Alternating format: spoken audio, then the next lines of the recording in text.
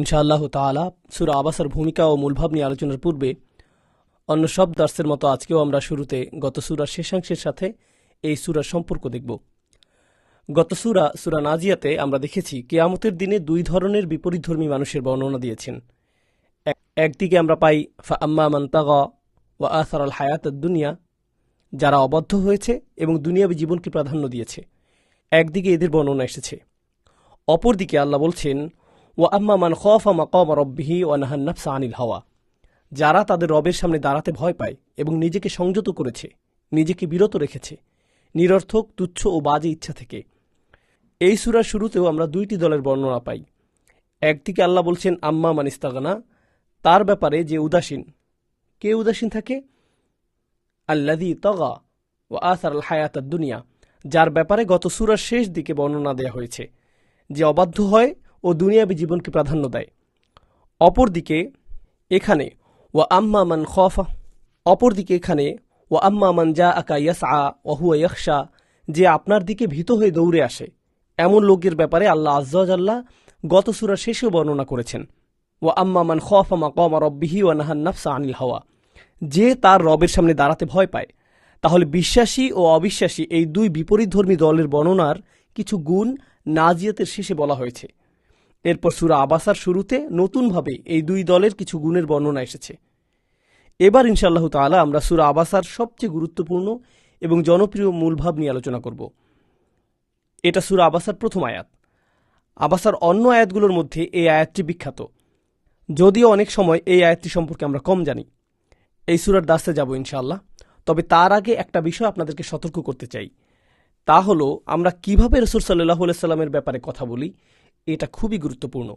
যেমন মাদানী সূরাগুলোতে দেখবেন যখন আল্লাহ আযজা ওয়া জাল্লা সাহাবীদেরকে ভদ্রতার শিক্ষা দিচ্ছেন, এবং অনেক বেদুইনরাই এটা জানত না, যখন তিনি ভদ্রতা শেখাচ্ছেন, যদি তারা রাসূল সাল্লাল্লাহু আলাইহি সাল্লামের সাথে আর 10 জনের মতো কথা বলে, অপমান করে নয়, কিন্তু আর 10 জনের মতো সাধারণভাবে, তখন তাদের জন্য আয়াত নাজিল হতো যাতে তারা এমনটি না করে।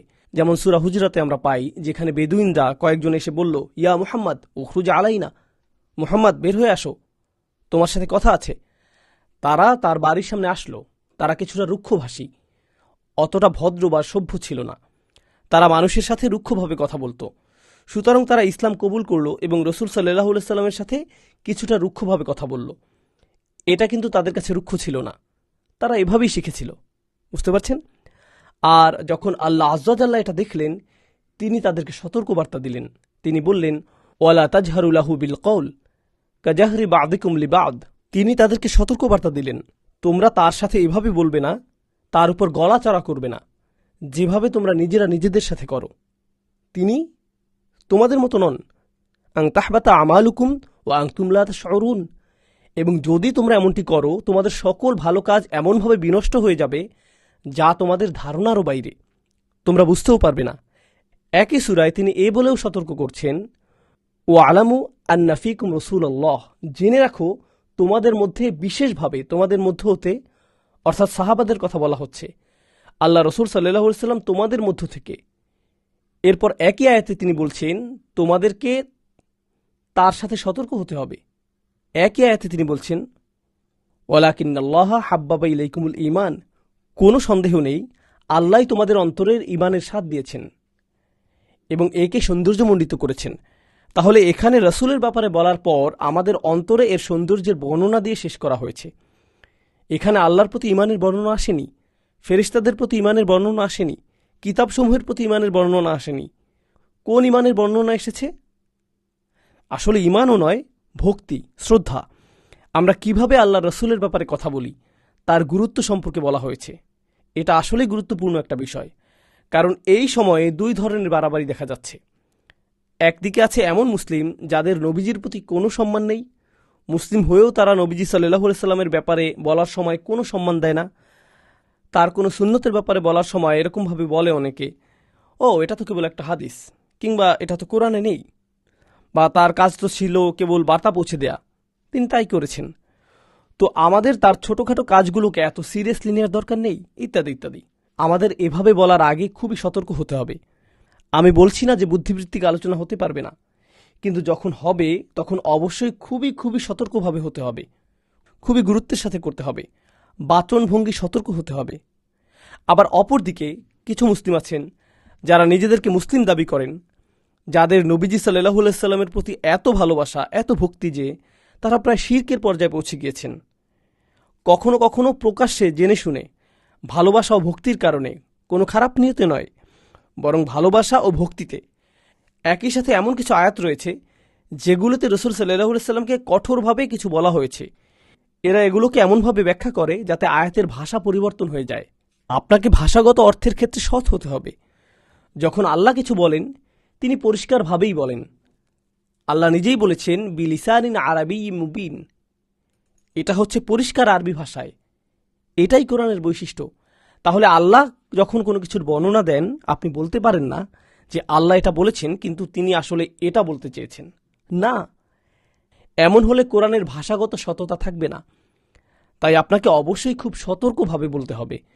কিন্তু এমন কিছু জায়গা আছে খাঁটি সোনার মতো, যা আমরা অতিক্রম করতে পারি না। যেমন একটি হচ্ছে আল্লাহ রসুল সাল্লাল্লাহু আলাইহি সাল্লাম ছিলেন গুনাহমুক্ত, যে তিনি কখনোই আল্লাহর অবাধ্য হননি এবং কখনো গুনাহ করেননি।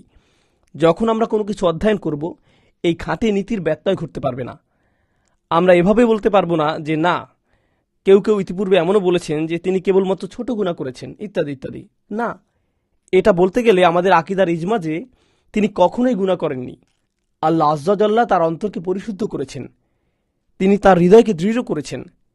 তিনি হলেন মানবজাতির জন্য আদর্শ স্বরূপ। তাই তিনি অবশ্যই সকল গুনাহ থেকে মুক্ত। আল্লাহ নিজে তাকে রক্ষা করেছেন। যাই হোক, এই সব কিছু মাথায় নিয়ে আমরা এই সূরার অধ্যয়ন শুরু করছি। এর হিকমা, প্রজ্ঞা, এর বিন্দু বিন্দু প্রজ্ঞা সম্পর্কে জানা শুরু করছি ইনশাআল্লাহ তাআলা। আবাসা ওয়া তাওয়াল্লা সূরার শুরু। সাধারণভাবে এর অর্থ হচ্ছে সে ভ্রু কুঞ্চিত করল এবং মুখ ফিরিয়ে নিল। এটা হচ্ছে সরল অনুবাদ। সে ভ্রু কুঞ্চিত করল এবং মুখ ফিরিয়ে নিল। এখানে এর প্রেক্ষাপট হচ্ছে আল্লাহর নবী সাল্লাল্লাহু আলাইহি সাল্লাম কুরাইশদের কয়েকজন নেতার সাথে কথা বলছিলেন। কিছু বর্ণনায় আমরা তাদের নামও পাই। তাদের মধ্যে ছিলেন উতবা ইবনে রাবিয়া, সে ছিল বড় কাফেরদের একজন। আবু জাহেল, এরা ছিল সেখানে। তিনি সেখানে মক্কার বড় নেতাদের সাথে কথা বলছিলেন। তারা তার সাথে আলোচনায় বসেছিল। বেশিরভাগ ক্ষেত্রে আমরা পাই, গত সূরাতেও আমরা দেখি যে তার সাথে তারা মজা করছে, কিংবা তারা আখিরাত নিয়ে ঠাট্টা মশকরায় ব্যস্ত। সূরা নাবায় ও নাজিয়াতেও আমরা এগুলোর বর্ণনা পাই। কিন্তু এখানে তারা আসলে কিছু নিয়ে আলোচনা করছিল। তাহলে বোঝা যাচ্ছে তারা গুরুত্বপূর্ণ কিছু নিয়েই বসেছিল। অপরদিকে আমরা দেখি সেখানে ছিল আবদুল্লাহ ইবনে উম্মে মাকতুম, যে ছিল খাদিজা রাদিয়াল্লাহু তাআলা আনহার চাচাতো ভাই। সেই কারণে সে নবীজি সাল্লাল্লাহু আলাইহি সাল্লামের নিকটেই ছিল, কারণ সে তার কাছের লোক, সে পরিবারের লোক। এবং আমরা জানি যে তিনি ছিলেন অন্ধ রাদিয়াল্লাহু আনহু, এবং তিনি ছিলেন শুরুর দিকে ঈমান আনা লোকদের অন্যতম রাদিয়াল্লাহু আনহু। ও বলে রাখি, এই সূরায় তাকে অপমান না করার বিষয়ে বলা হচ্ছে, কেননা তিনি ছিলেন শুরুর দিকে ঈমান আনা লোকদের মধ্যে অন্যতম, শুরুর দিকে ইসলাম কবুল করা মানুষদের অন্যতম, যাদেরকে বলা হয় আস-সাবিকুন আস-সাবিকুন, প্রথমের মধ্যে প্রথম। তাই আমাদেরকে তার সম্মানের দিকটিও মাথায় রাখতে হবে। অপরদিকে তিনি ছিলেন অন্ধ। কিছু আলেমগণ এই বিষয়ে মন্তব্য করেছেন যে যখন আপনি অন্ধ, তখন আপনার উপস্থিতি বোঝানোর জন্য আপনাকে কণ্ঠ উঁচু করার প্রয়োজন হয়, কারণ আপনি জানেন না যে তারা আপনাকে দেখেছে কিনা। এবং এটাই স্বাভাবিক, কারণ তারা দেখতে পায় না। তাই জোরে বলাটা স্বাভাবিকভাবে চলে আসে, কারণ একটি অনুভূতি না থাকায় অপরটি তীব্র হয়। তো তিনি নবীজি সাল্লাল্লাহু আলাইহি সাল্লামের কাছে এলেন এবং বললেন, একটি বর্ণনায় এসেছে আল্লিমনি মিম্মা আল্লামাকাল্লাহ, আমাকে তাই শেখান যা আল্লাহ আপনাকে শিখিয়েছেন। এবং তিনি এটা কয়েকবার বললেন, কারণ তিনি নবীজি সাল্লাল্লাহু আলাইহি সাল্লামের কথা শুনতে পাননি। তো তাই ভেবেছেন যে হয়তো নবীজি তাকে শুনতে পাননি সাল্লাল্লাহু আলাইহি সাল্লাম। এখন নবীজি সাল্লাল্লাহু আলাইহি সাল্লাম তখন তাদের সাথে আলোচনায় ব্যস্ত ছিলেন, যা প্রায় হয় না বললেই চলে। যেখানে এই বড় নেতারা তার কথা শুনবে, সবাই তার কথা মনোযোগ দিয়ে শুনেছে, এমন পরিস্থিতি কখনো হয় না। তখন কিছু কৌশলগত সমস্যা তৈরি হয়। একটি সমস্যা হলো, কাফের নেতাদের মধ্যে, অবিশ্বাসী নেতাদের মধ্যে সবসময় এই অভিযোগ ছিল, শুধু কেবল আমাদের নবীজির ক্ষেত্রে নয় সাল্লাল্লাহু আলাইহি সাল্লাম, বরং পূর্ববর্তী নবীদের ক্ষেত্রেও এই অভিযোগটি ছিল যে কেন আমরা এই লোকটিকে গ্রহণ করব, যেখানে নিচু লোকেরা, নিচু জাত, কৃষকরা তার কাছে আসে। এবং এই কারণে তারা বলতো, আমরা তোমার কথা শুনব না, কারণ তুমি নিচু মানুষদের সাথে চলাফেরা করো। এসব গরিব, দুর্বল, ক্ষমতাহীন, শোষিত মানুষেরা তোমার সাথে ওঠা বসা করে, আমরা তাদের সাথে চলতে পারবো না, তাতে আমাদের আভিজাত্য নষ্ট হবে। তুমি কি আমাদের সাথে কথা বলতে চাও? তাহলে একা একা এসে কথা বলো, আমরা তোমার কাছে যাব না, তোমাকে আমাদের কাছে আসতে হবে। তো এখানেও তো এমন একটা পরিস্থিতি মনে হচ্ছে যেখানে নবীজি সাল্লাল্লাহু আলাইহি সাল্লাম নিজে তাদের কাছে গিয়েছিলেন। দাওয়া হচ্ছে অন্যকে আপনার কাছে আমন্ত্রণ করা, মানে হচ্ছে কাউকে আমন্ত্রণ জানানো। কিন্তু তাবলীগ হচ্ছে অন্যকে বার্তা পৌঁছে দেয়া। নবীজির এই ঘটনাটি কোন অংশে পড়েছে? তাবলীগ। তিনি নিজে তাদের কাছে গিয়েছিলেন, তিনিই তাদের কাছে গিয়েছিলেন। এখন এই অবস্থায় একটা সমস্যা হলো, তারা আবদুল্লাহ ইবনে উম্মে মাকতুমকে দেখবে এবং দাওয়াত প্রত্যাখ্যান করার জন্য এটাই যথেষ্ট। তারা উঠে যেতে পারে, বলতে পারে আমরা এই লোকের উপস্থিতিতে কোনো কথা বলতে চাই না। আরেকটা সমস্যা হচ্ছে, নবীজি সাল্লাল্লাহু আলাইহি সাল্লামের কথা তারা শুনছে, এই অবস্থায় যদি তিনি সাহাবীর দিকে তাকান,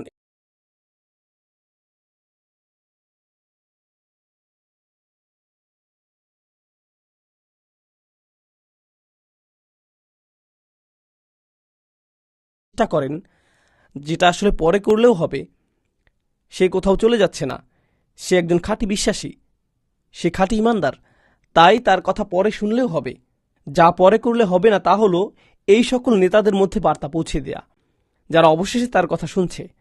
তাহলে যদি আপনি নবীজি সাল্লাল্লাহু আলাইহি সাল্লামের দৃষ্টিকোণ থেকে বিষয়টা দেখেন, তাহলে বুঝবেন তিনি এখানে কোনো ভুল করেননি, তিনি ভুল করেননি। এখানে আরেকটা বিষয় হলো, আবদুল্লাহ ইবনে উম্মে মাকতুম ছিলেন অন্ধ। তাই যখন নবীজি সাল্লাল্লাহু আলাইহি সাল্লাম মুখ ঘুরালেন, যখন আপনি কারো দিক থেকে মুখ ফিরিয়ে নেন, সে কেবলমাত্র তখনই মনক্ষুণ্ণ হবে যখন সে এটা দেখবে। সে যদি দেখে তাহলে। তাই কারো প্রতি মনক্ষুণ্ণ হওয়া, রুক্ষ হওয়া বা বিরক্ত হওয়ার বিষয়টি দেখার সাথে সম্পর্কিত। আমরা এখানের বর্ণনা থেকেই বুঝতে পারছি যে আনজা আহুল আমা, আল্লাহ এখানে তার নাম নেননি, কিন্তু তিনি বুঝিয়ে দিয়েছেন যে সে অন্ধ। এখানে আল্লাহ রাসূলের আরেকটি চারিত্রিক গুণ ও সরলতার প্রমাণ পাওয়া যায়। তিনি এখানে বলেননি, আমরা জানি বাবা মায়ের বিষয়ে আল্লাহ বলেছেন ফালা তাকুল্লাহুমা উফ, তাদের সাথে উফ শব্দটিও ব্যবহার করো না, তাদের সামনে যেন বিন্দুমাত্র অসন্তুষ্টি প্রকাশ না পায়। আমরা আল্লাহ রাসূলের কোনো মৌখিক অসন্তুষ্টির বর্ণনা পাই না, আমরা তার অসন্তুষ্টির বর্ণনা পাই তার মুখের অভিব্যক্তিতে। আমরা আবাসা শব্দটি নিয়ে আরও বিস্তারিত আলোচনা করব সামনে ইনশাআল্লাহ। এরপর তিনি যখন ঘুরে তাকালেন, কুরাইশ নেতাদের সাথে কথা বলা শেষ করবেন, সেই সাহাবী কি তার ঘুরে তাকানো দেখেছে? না, তিনি কিন্তু তা দেখেননি। তাহলে প্রথমে আমাদের বুঝতে হবে তিনি সাহাবীকে কষ্ট দেননি, তিনি মোটেও সেই সাহাবীকে কষ্ট দেননি। তাহলে যেহেতু সেখানে কোনো সমস্যা নেই, তাহলে কেন এই আয়াতটি নাজিল করা হলো, এটা আমাদের খুব ভালোভাবে বুঝতে হবে। দেখুন, মুসলিম হিসাবে আল্লাহ আমাদের জন্য একটা স্ট্যান্ডার্ড ঠিক করে দিয়েছেন। এরপরে মুমিনদের জন্য আরও উঁচু স্ট্যান্ডার্ড রয়েছে। এরপর আরও উঁচু স্ট্যান্ডার্ড রয়েছে কাদের জন্য? মুহসিনদের জন্য, তাই না? কিন্তু এদের কারো স্ট্যান্ডার্ডই আল্লাহর একজন নবীর সাথে তুলনীয় নয়। আপনি কখনোই আপনার নিজের স্ট্যান্ডার্ডের সাথে আল্লাহ রাসূলের তুলনা করতে পারেন না। আল্লাহ আজ্জা ওয়া জাল্লা নবীজির প্রতিটি জটিল আচরণকে, প্রতিটি ভঙ্গিকে খুবই খুবই সতর্কভাবে পর্যবেক্ষণ করেছেন। আল্লাহ রসুল সাল্লাল্লাহু আলাইহি সাল্লাম যখন আকাশের দিকে তাকাতেন, আল্লাহ তাআলা সেটিও লক্ষ্য করে তার প্রতি আয়াত নাজিল করেছেন, কদ নারা তাকাল্লুবা ওয়াজহিকা ফিস সামা, আমরা আপনাকে আকাশের দিকে মুখ ফিরিয়ে তাকাতে দেখেছি, কাবার জন্য, কাবার প্রতীক্ষায় আয়াত নাজিল হলো। তাহলে বোঝা যাচ্ছে আল্লাহ ও তার রাসূল সাল্লাল্লাহু আলাইহি সাল্লামের মধ্যকার খুবই ঘনিষ্ঠ সম্পর্ক। এই স্ট্যান্ডার্ডের ব্যাপারটি মাথায় রাখুন, এটা এতটাই উঁচু মর্যাদার। আপনাদেরকে এই ব্যাপারে একটা ধারণা দেই। আমাদের জন্য 5 ওয়াক্ত নামাজ রয়েছে, আমাদের জন্য 5 ওয়াক্ত নামাজ রয়েছে। যখন আল্লাহ তার নবীজি সাল্লাল্লাহু আলাইহি সাল্লামের সাথে কথা বলেন, তিনি তাকে কিয়ামুল লাইলের আদেশ করেছেন, কুমিল লাইলা ইল্লা কলিলা নিসফাহু আও ইনকুস মিনহু কলিলা, রাতে জাগো। এখানে ফেলে আমর এসেছে, এটা আদেশ। তিনি তার নবীকে রাতের অর্ধেক কিয়ামুল লাইল করতে বলেছেন, সর্বনিম্ন অর্ধেক রাত, কখনো সুযোগ থাকলে হয়তো তার থেকেও বেশি, এবং ধীরে সুস্থে কোরআন পড়া। এটা কি আমাদের স্ট্যান্ডার্ড? না, এটা আমাদেরকে নয়, বরং তাকে আদেশ করা হয়েছে সাল্লাল্লাহু আলাইহি ওয়াসাল্লাম। একইভাবে দাওয়াতের কাজের ক্ষেত্রেও আমরা বলি হ্যাঁ এটা গুরুত্বপূর্ণ, আমাদের করা উচিত, সুযোগ পেলেই আমাদের এটা করা উচিত। নবীজি সাল্লাল্লাহু আলাইহি সাল্লাম কখন দাওয়াতের কাজ করতেন?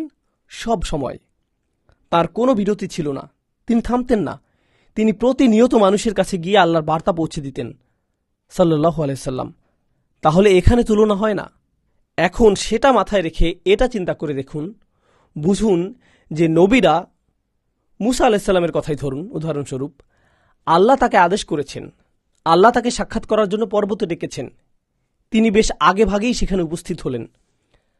তারা তাদের কাজের ব্যাপারে এতটাই উদ্দীপ্ত ছিলেন, তারা দ্রুতই উন্নতি করতে চাইতেন। একইভাবে যখন আল্লাহ রসুল সাল্লাল্লাহু সাল্লামকে কোরআন দেয়া হলো, তিনি ওহির ব্যাপারে এতটাই উদ্গ্রীব হয়েছিলেন, তিনি খুব দ্রুত তা মুখস্থ করতে চাইতেন। আল্লাহ রসুলের উদ্দীপনা এতটাই ছিল, তাই আল্লাহ তাকে শান্ত করার জন্য একটি আয়াত নাজিল করলেন, লা তুহাররিক বিহি লিসানাকা লিতাআজালা বিহি। কুরআন মুখস্থ করার জন্য তাড়াহুড়া করবেন না, শান্ত হন। আমি এই কুরআনকে আপনার জন্য একত্রিত করে দেব। ইন্না আলাইনা জামআহু ওয়া কুরআনাহ ফাইযা ক্বরানাহু ফাত্তাবি' কুরআনাহ। তাহলে আল্লাহ আযজা ওয়া জাল্লা নিজেই এই দায়িত্ব নিলেন এবং নবীজিকে বললেন যে এটা আপনার সমস্যা নয়। কিন্তু দেখুন নবীরা কতটা আগ্রহী ছিলেন, তাদের কত বড় দায়িত্ব ছিল আলাইহিমুসসালাম, আর সবচেয়ে বেশি ছিল নবীজি সাল্লাল্লাহু আলাইহি সাল্লামের। আর আপনাকে বুঝতে হবে, তিনি কিন্তু কেবলমাত্র কুরাইশদেরকে দাওয়াত দিচ্ছিলেন না, তিনি কেবলমাত্র মক্কাবাসীদের দাওয়াত দিচ্ছিলেন না। তার কয়েক বছরের দুনিয়াবী জীবনে তিনি যা করেছেন, তিনি এটা বুঝেছেন যে তার দাওয়াতের প্রভাব থাকবে পরবর্তী সময়ের গোটা মানবজাতির উপরে, কারণ এরপরে আর কোনো নবী আসবে না। সুতরাং তিনি যাই করেন, সত্যিকার অর্থে পুরো দুনিয়ার ভার তার কাঁধে ছিল। তাই তিনি বুঝেছিলেন এই নেতারা একজনও যদি ইসলামের প্রতি অনুরক্ত হয়, ইসলাম কতটা শক্তিশালী হবে, ইসলামের কতটা উপকার সাধন হবে। তাই তিনি সর্বদাই তার মিশনকে পরবর্তী ধাপে ত্বরান্বিত করতে উদ্গ্রীব ছিলেন, যাতে এটা একটা মাইলফলক অতিক্রম করতে পারে। আর এই অবস্থায় এটা ছিল একটা সোনালী সুযোগ। এই কারণেই তিনি ফিরে তাকালেন।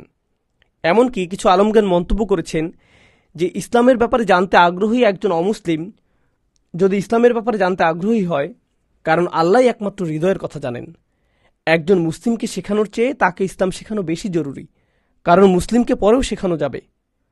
ধরুন একজন অমুসলিম যদি মসজিদে প্রবেশ করে, ইমামকে ইসলামের ব্যাপারে কিছু প্রশ্ন জিজ্ঞাসা করে, সেখানে হয়তো কিছু মুসলিমরাও রয়েছে প্রশ্ন করতে, তারা হয়তো ইমামকে অজু বা নামাজ নিয়ে কিছু জিজ্ঞাসা করছিল, বা তারা হয়তো এবছর হজে যাবে।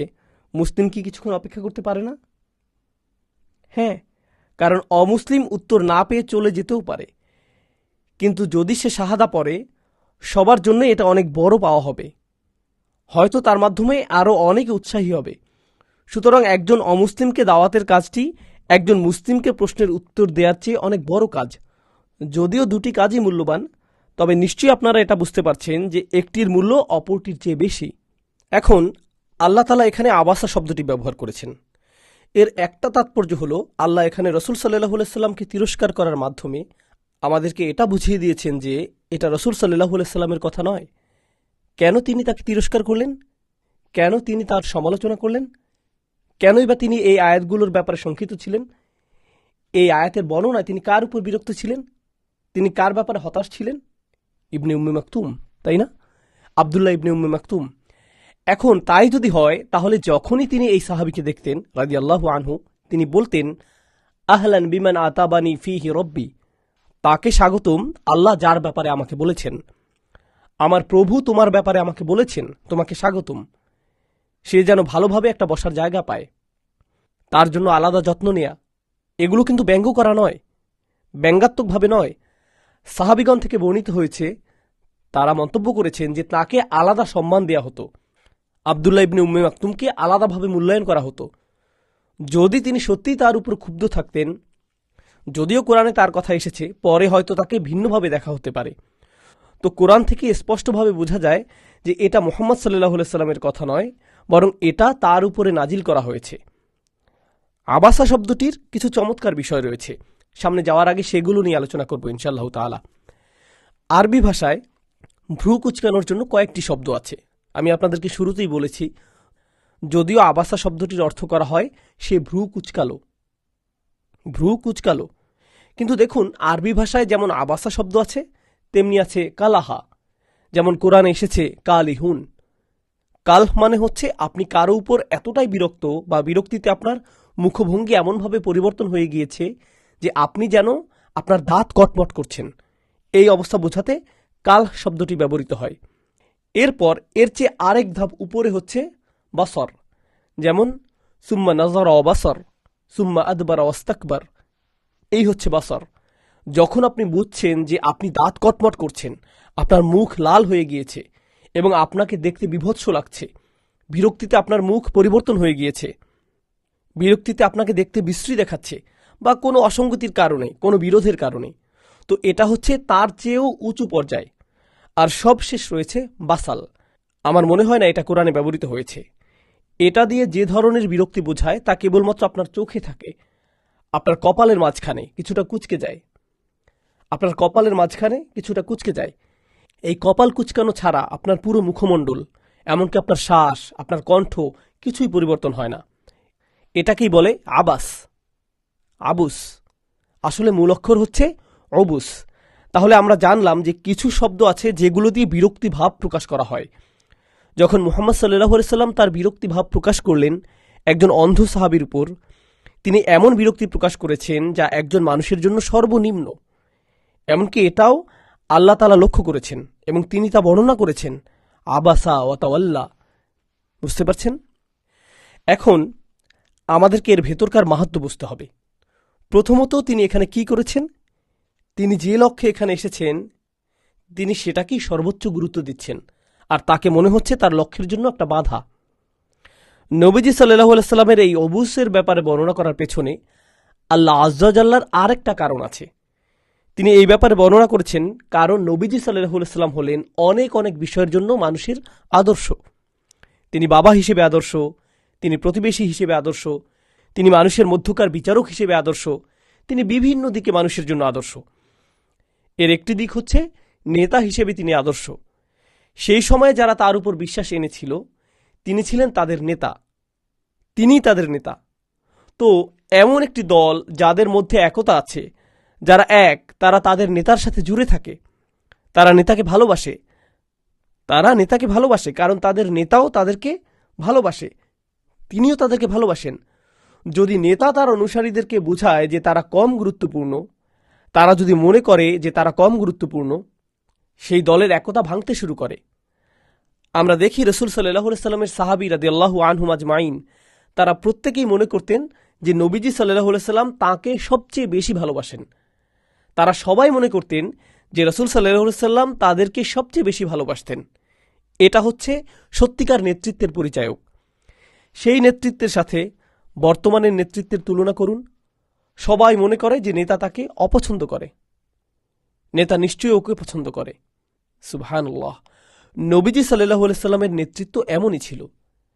এমন হতে পারে যে সাহাবাদের মধ্যে কোনো ফুকারা বা কোনো দুআফা, কোনো দুর্বল, গরিব, অসহায়, নিঃস্ব দূর থেকে এমনটি দেখে পুরো ঘটনাটি না বুঝে সে হয়তো 100 গজ দূরে থেকে বিষয়টি দেখল। সে কি দেখবে? সে দেখবে আল্লাহ রসুল সাল্লাল্লাহু আলাইহি সাল্লাম কেবলমাত্র বড় নেতাদের দিকে মনোযোগ দিচ্ছেন আর নিজের দলের কাউকে গুরুত্ব দিচ্ছেন না। তাহলে নেতা হিসেবে এই কারণে তার গুরুত্ব কমে যাবে। তাই এখানে নবীজি সাল্লাল্লাহু আলাইহি সাল্লামকে আবাসা শব্দটি উল্লেখের মাধ্যমে আল্লাহ আজ্জা ওয়া জাল্লা এমন ব্যবস্থা করলেন যাতে সাহাবারা জানতে পারে যে তারা কতটা গুরুত্বপূর্ণ। এটা খুবই গুরুত্বপূর্ণ। আল্লাহ আজ্জা ওয়া জাল্লা সাহাবীদের উদ্দেশ্য করে কথা বলছেন। এটা কোরআনে বারংবার বারংবার বারংবার হয়েছে। আল্লাহ বলেছেন, ওয়ালা তা'দু আইনাকা আনহুম, আপনার চোখকে ওদের থেকে সরাবেন না। কোরআনের কিছু শক্তিশালী আয়াত রয়েছে যেগুলো সাহাবীদের জন্য বলা হয়েছে। আরেকটা জায়গায় সূরা আল ইমরানে আল্লাহ নবীজি সাল্লাল্লাহু আলাইহি সাল্লামকে বলেছেন, ফাবিমা রাহমাতিম মিনাল্লাহি লিনতা লাহুম, এটা কেবলমাত্র আল্লাহর অনুগ্রহ যে আপনি তাদের প্রতি কোমল চিত্ত। আল্লাহ নবীজি সাল্লাল্লাহু আলাইহি সাল্লামের উপর তার নিয়ামতের বর্ণনা করেছেন। কি সেই নিয়ামত? এটা ওহির নিয়ামত নয়, কোরআনের নিয়ামত নয়, ইসরা বা মিরাজের নিয়ামত নয়, মক্কা বিজয়ের নিয়ামত নয়। ইন্না আ'তাইনাকাল কাউসার। তিনি এখানে কোন নিয়ামতের কথা বলছেন? আল্লাহ আপনাকে সাহাবীদের প্রতি কোমল করেছেন। সুবহানাল্লাহ। এরপর ওয়ালাউ কুনতা ফাজ্জান গলিযাল কলব লানফাদ্দু মিন হাওলিক, আর যদি আপনি কঠোর স্বভাবের, কঠিন হৃদয় সম্পন্ন হতেন তবে তারা আপনার আশপাশ থেকে সরে পড়ত। আল্লাহ তাআলা সাহাবীদের পক্ষ নিয়ে বলে এরপর নবীজি সাল্লাল্লাহু আলাইহি সাল্লামকে আদেশ করছেন, ফাআফু আনহুম ওয়াস্তাগফির লাহুম ওয়াসাউিরহুম ফিল আমর, অতএব তাদেরকে ভালোবেসে ক্ষমা করে দাও, তাদের জন্য ক্ষমা প্রার্থনা করো, আর যখন কোনো সিদ্ধান্ত নেবে তাদের সাথে পরামর্শ করবে। সুবহানাল্লাহ। চিন্তা করে দেখুন, নবীজির কি পরামর্শের প্রয়োজন আছে? নবীজি নিজে কোথা থেকে নির্দেশনা পান? ওহী থেকে। তিনি কি বিষয়ে পরামর্শ করবেন? এটা কিসের জন্য? যাতে সাহাবারা নিজেদেরকে গুরুত্বপূর্ণ মনে করে। যদিও সিদ্ধান্ত আসলে ঐক্যমত্যের ভিত্তিতেই হয়েছে। সিদ্ধান্ত কিসের রয়েছে? নবীজি সাল্লাল্লাহু আলাইহি ওয়াসাল্লাম বলেছেন ফাইজা আজামতা। তিনি বলেননি ফাইজা আজামতুম। তিনি বলেছেন ফাইজা আজামতা, যখন তুমি কোনো সিদ্ধান্ত নিবে, আল্লাহর উপর ভরসা করবে। তিনি বলেননি ফাইজা আজামতুম ফাতাওয়াক্কালু আলাল্লাহ। তিনি বলেছেন ফাইজা আজামতা ফাতাওয়াক্কাল আলাল্লাহ। এক বচনে বলেছেন তোমাকে পরামর্শ করতে হবে। পরামর্শ করতে হবে যাতে তারা মনে করে তারাও এর অংশ। যদিও এর সিদ্ধান্ত তুমি জানো, কিন্তু তোমাকে তাদেরকে গুরুত্ব দিতে হবে এবং অন্তর্ভুক্ত করতে হবে। এটাই ছিল নবীজি সাল্লাল্লাহু আলাইহি সাল্লামের কাজের পদ্ধতি, এবং বিশেষভাবে তাদের জন্য যারা তাকে হতাশ করেছে। কারণ এই সব কিছুর পরেও আল্লাহ বলেন তাদেরকে ক্ষমা করে দাও, তাদের জন্য ক্ষমা প্রার্থনা করো। কার জন্য ক্ষমা প্রার্থনা করবেন? যে ভুল করেছে তার জন্যই তো, তাই না? এই সব অনুসারীর জন্য যারা নেতাকে হতাশ করেছে, এর পরেও তিনি তাদের মন্তব্য নেবেন। এটাই হচ্ছে নেতৃত্ব। এটা হচ্ছে প্রকৃত বুদ্ধিদীপ্ত নেতৃত্ব। একজন সাধারণ মানুষের কাছ থেকে আপনি এই ধরনের নেতৃত্ব আশা করতে পারেন না। আমরা তো আমাদের বাচ্চাদের সাথেও এরকম নেতৃত্বের চর্চা করি না। একজন শিক্ষক ক্লাসে শিক্ষার্থীদের সাথে এই ধরনের নেতৃত্ব চর্চা করেন না। এর জন্য অনেক ইলমের দরকার হয়, অনেক সহনশীলতা, অনেক ধৈর্যের প্রয়োজন হয়, অনেক অনেক শক্ত চরিত্রের মানুষ হতে হয়, যিনি সমস্যাকে নিজের ঘাড়ে নেবেন, কিন্তু এটা তার মুখেও প্রকাশ পাবে না। নবীজি সাল্লাল্লাহু আলাইহি সাল্লাম প্রতিদিন কতগুলো সমস্যার মুখোমুখি হয়েছেন একবার কল্পনা করুন। কেবলমাত্র আয়াত পড়ে নয়, তার জীবনটা দেখুন, তার সময়টা একবার ভাবুন। মক্কার জীবন কতটা কঠিন ছিল একবার ভাবুন। আর এখানে তিনি দাওয়াতের একটা মোক্ষম সুযোগ পেয়েছেন। আর এখন এই সাহাবী, আরেকটা ব্যাপার হচ্ছে, আমরা জেনেছি তিনি কয়েকবার ইয়া মুহাম্মদ বলেছেন। ইয়া মুহাম্মদ আল্লিমনি মিম্মা আল্লামাকাল্লাহ, ইয়া মুহাম্মদ আল্লিমনি মিম্মা আল্লামাকাল্লাহ। মুহাম্মদ আমাকে শেখান যা আল্লাহ আপনাকে শিখিয়েছেন। মুহাম্মদ আমাকে শেখান যা আল্লাহ আপনাকে শিখিয়েছেন। তিনি তার নাম ধরে ডাকছিলেন সাল্লাল্লাহু আলাইহি সাল্লাম। কোরআনে ইয়া মুহাম্মদ শব্দটি আমরা পাই না।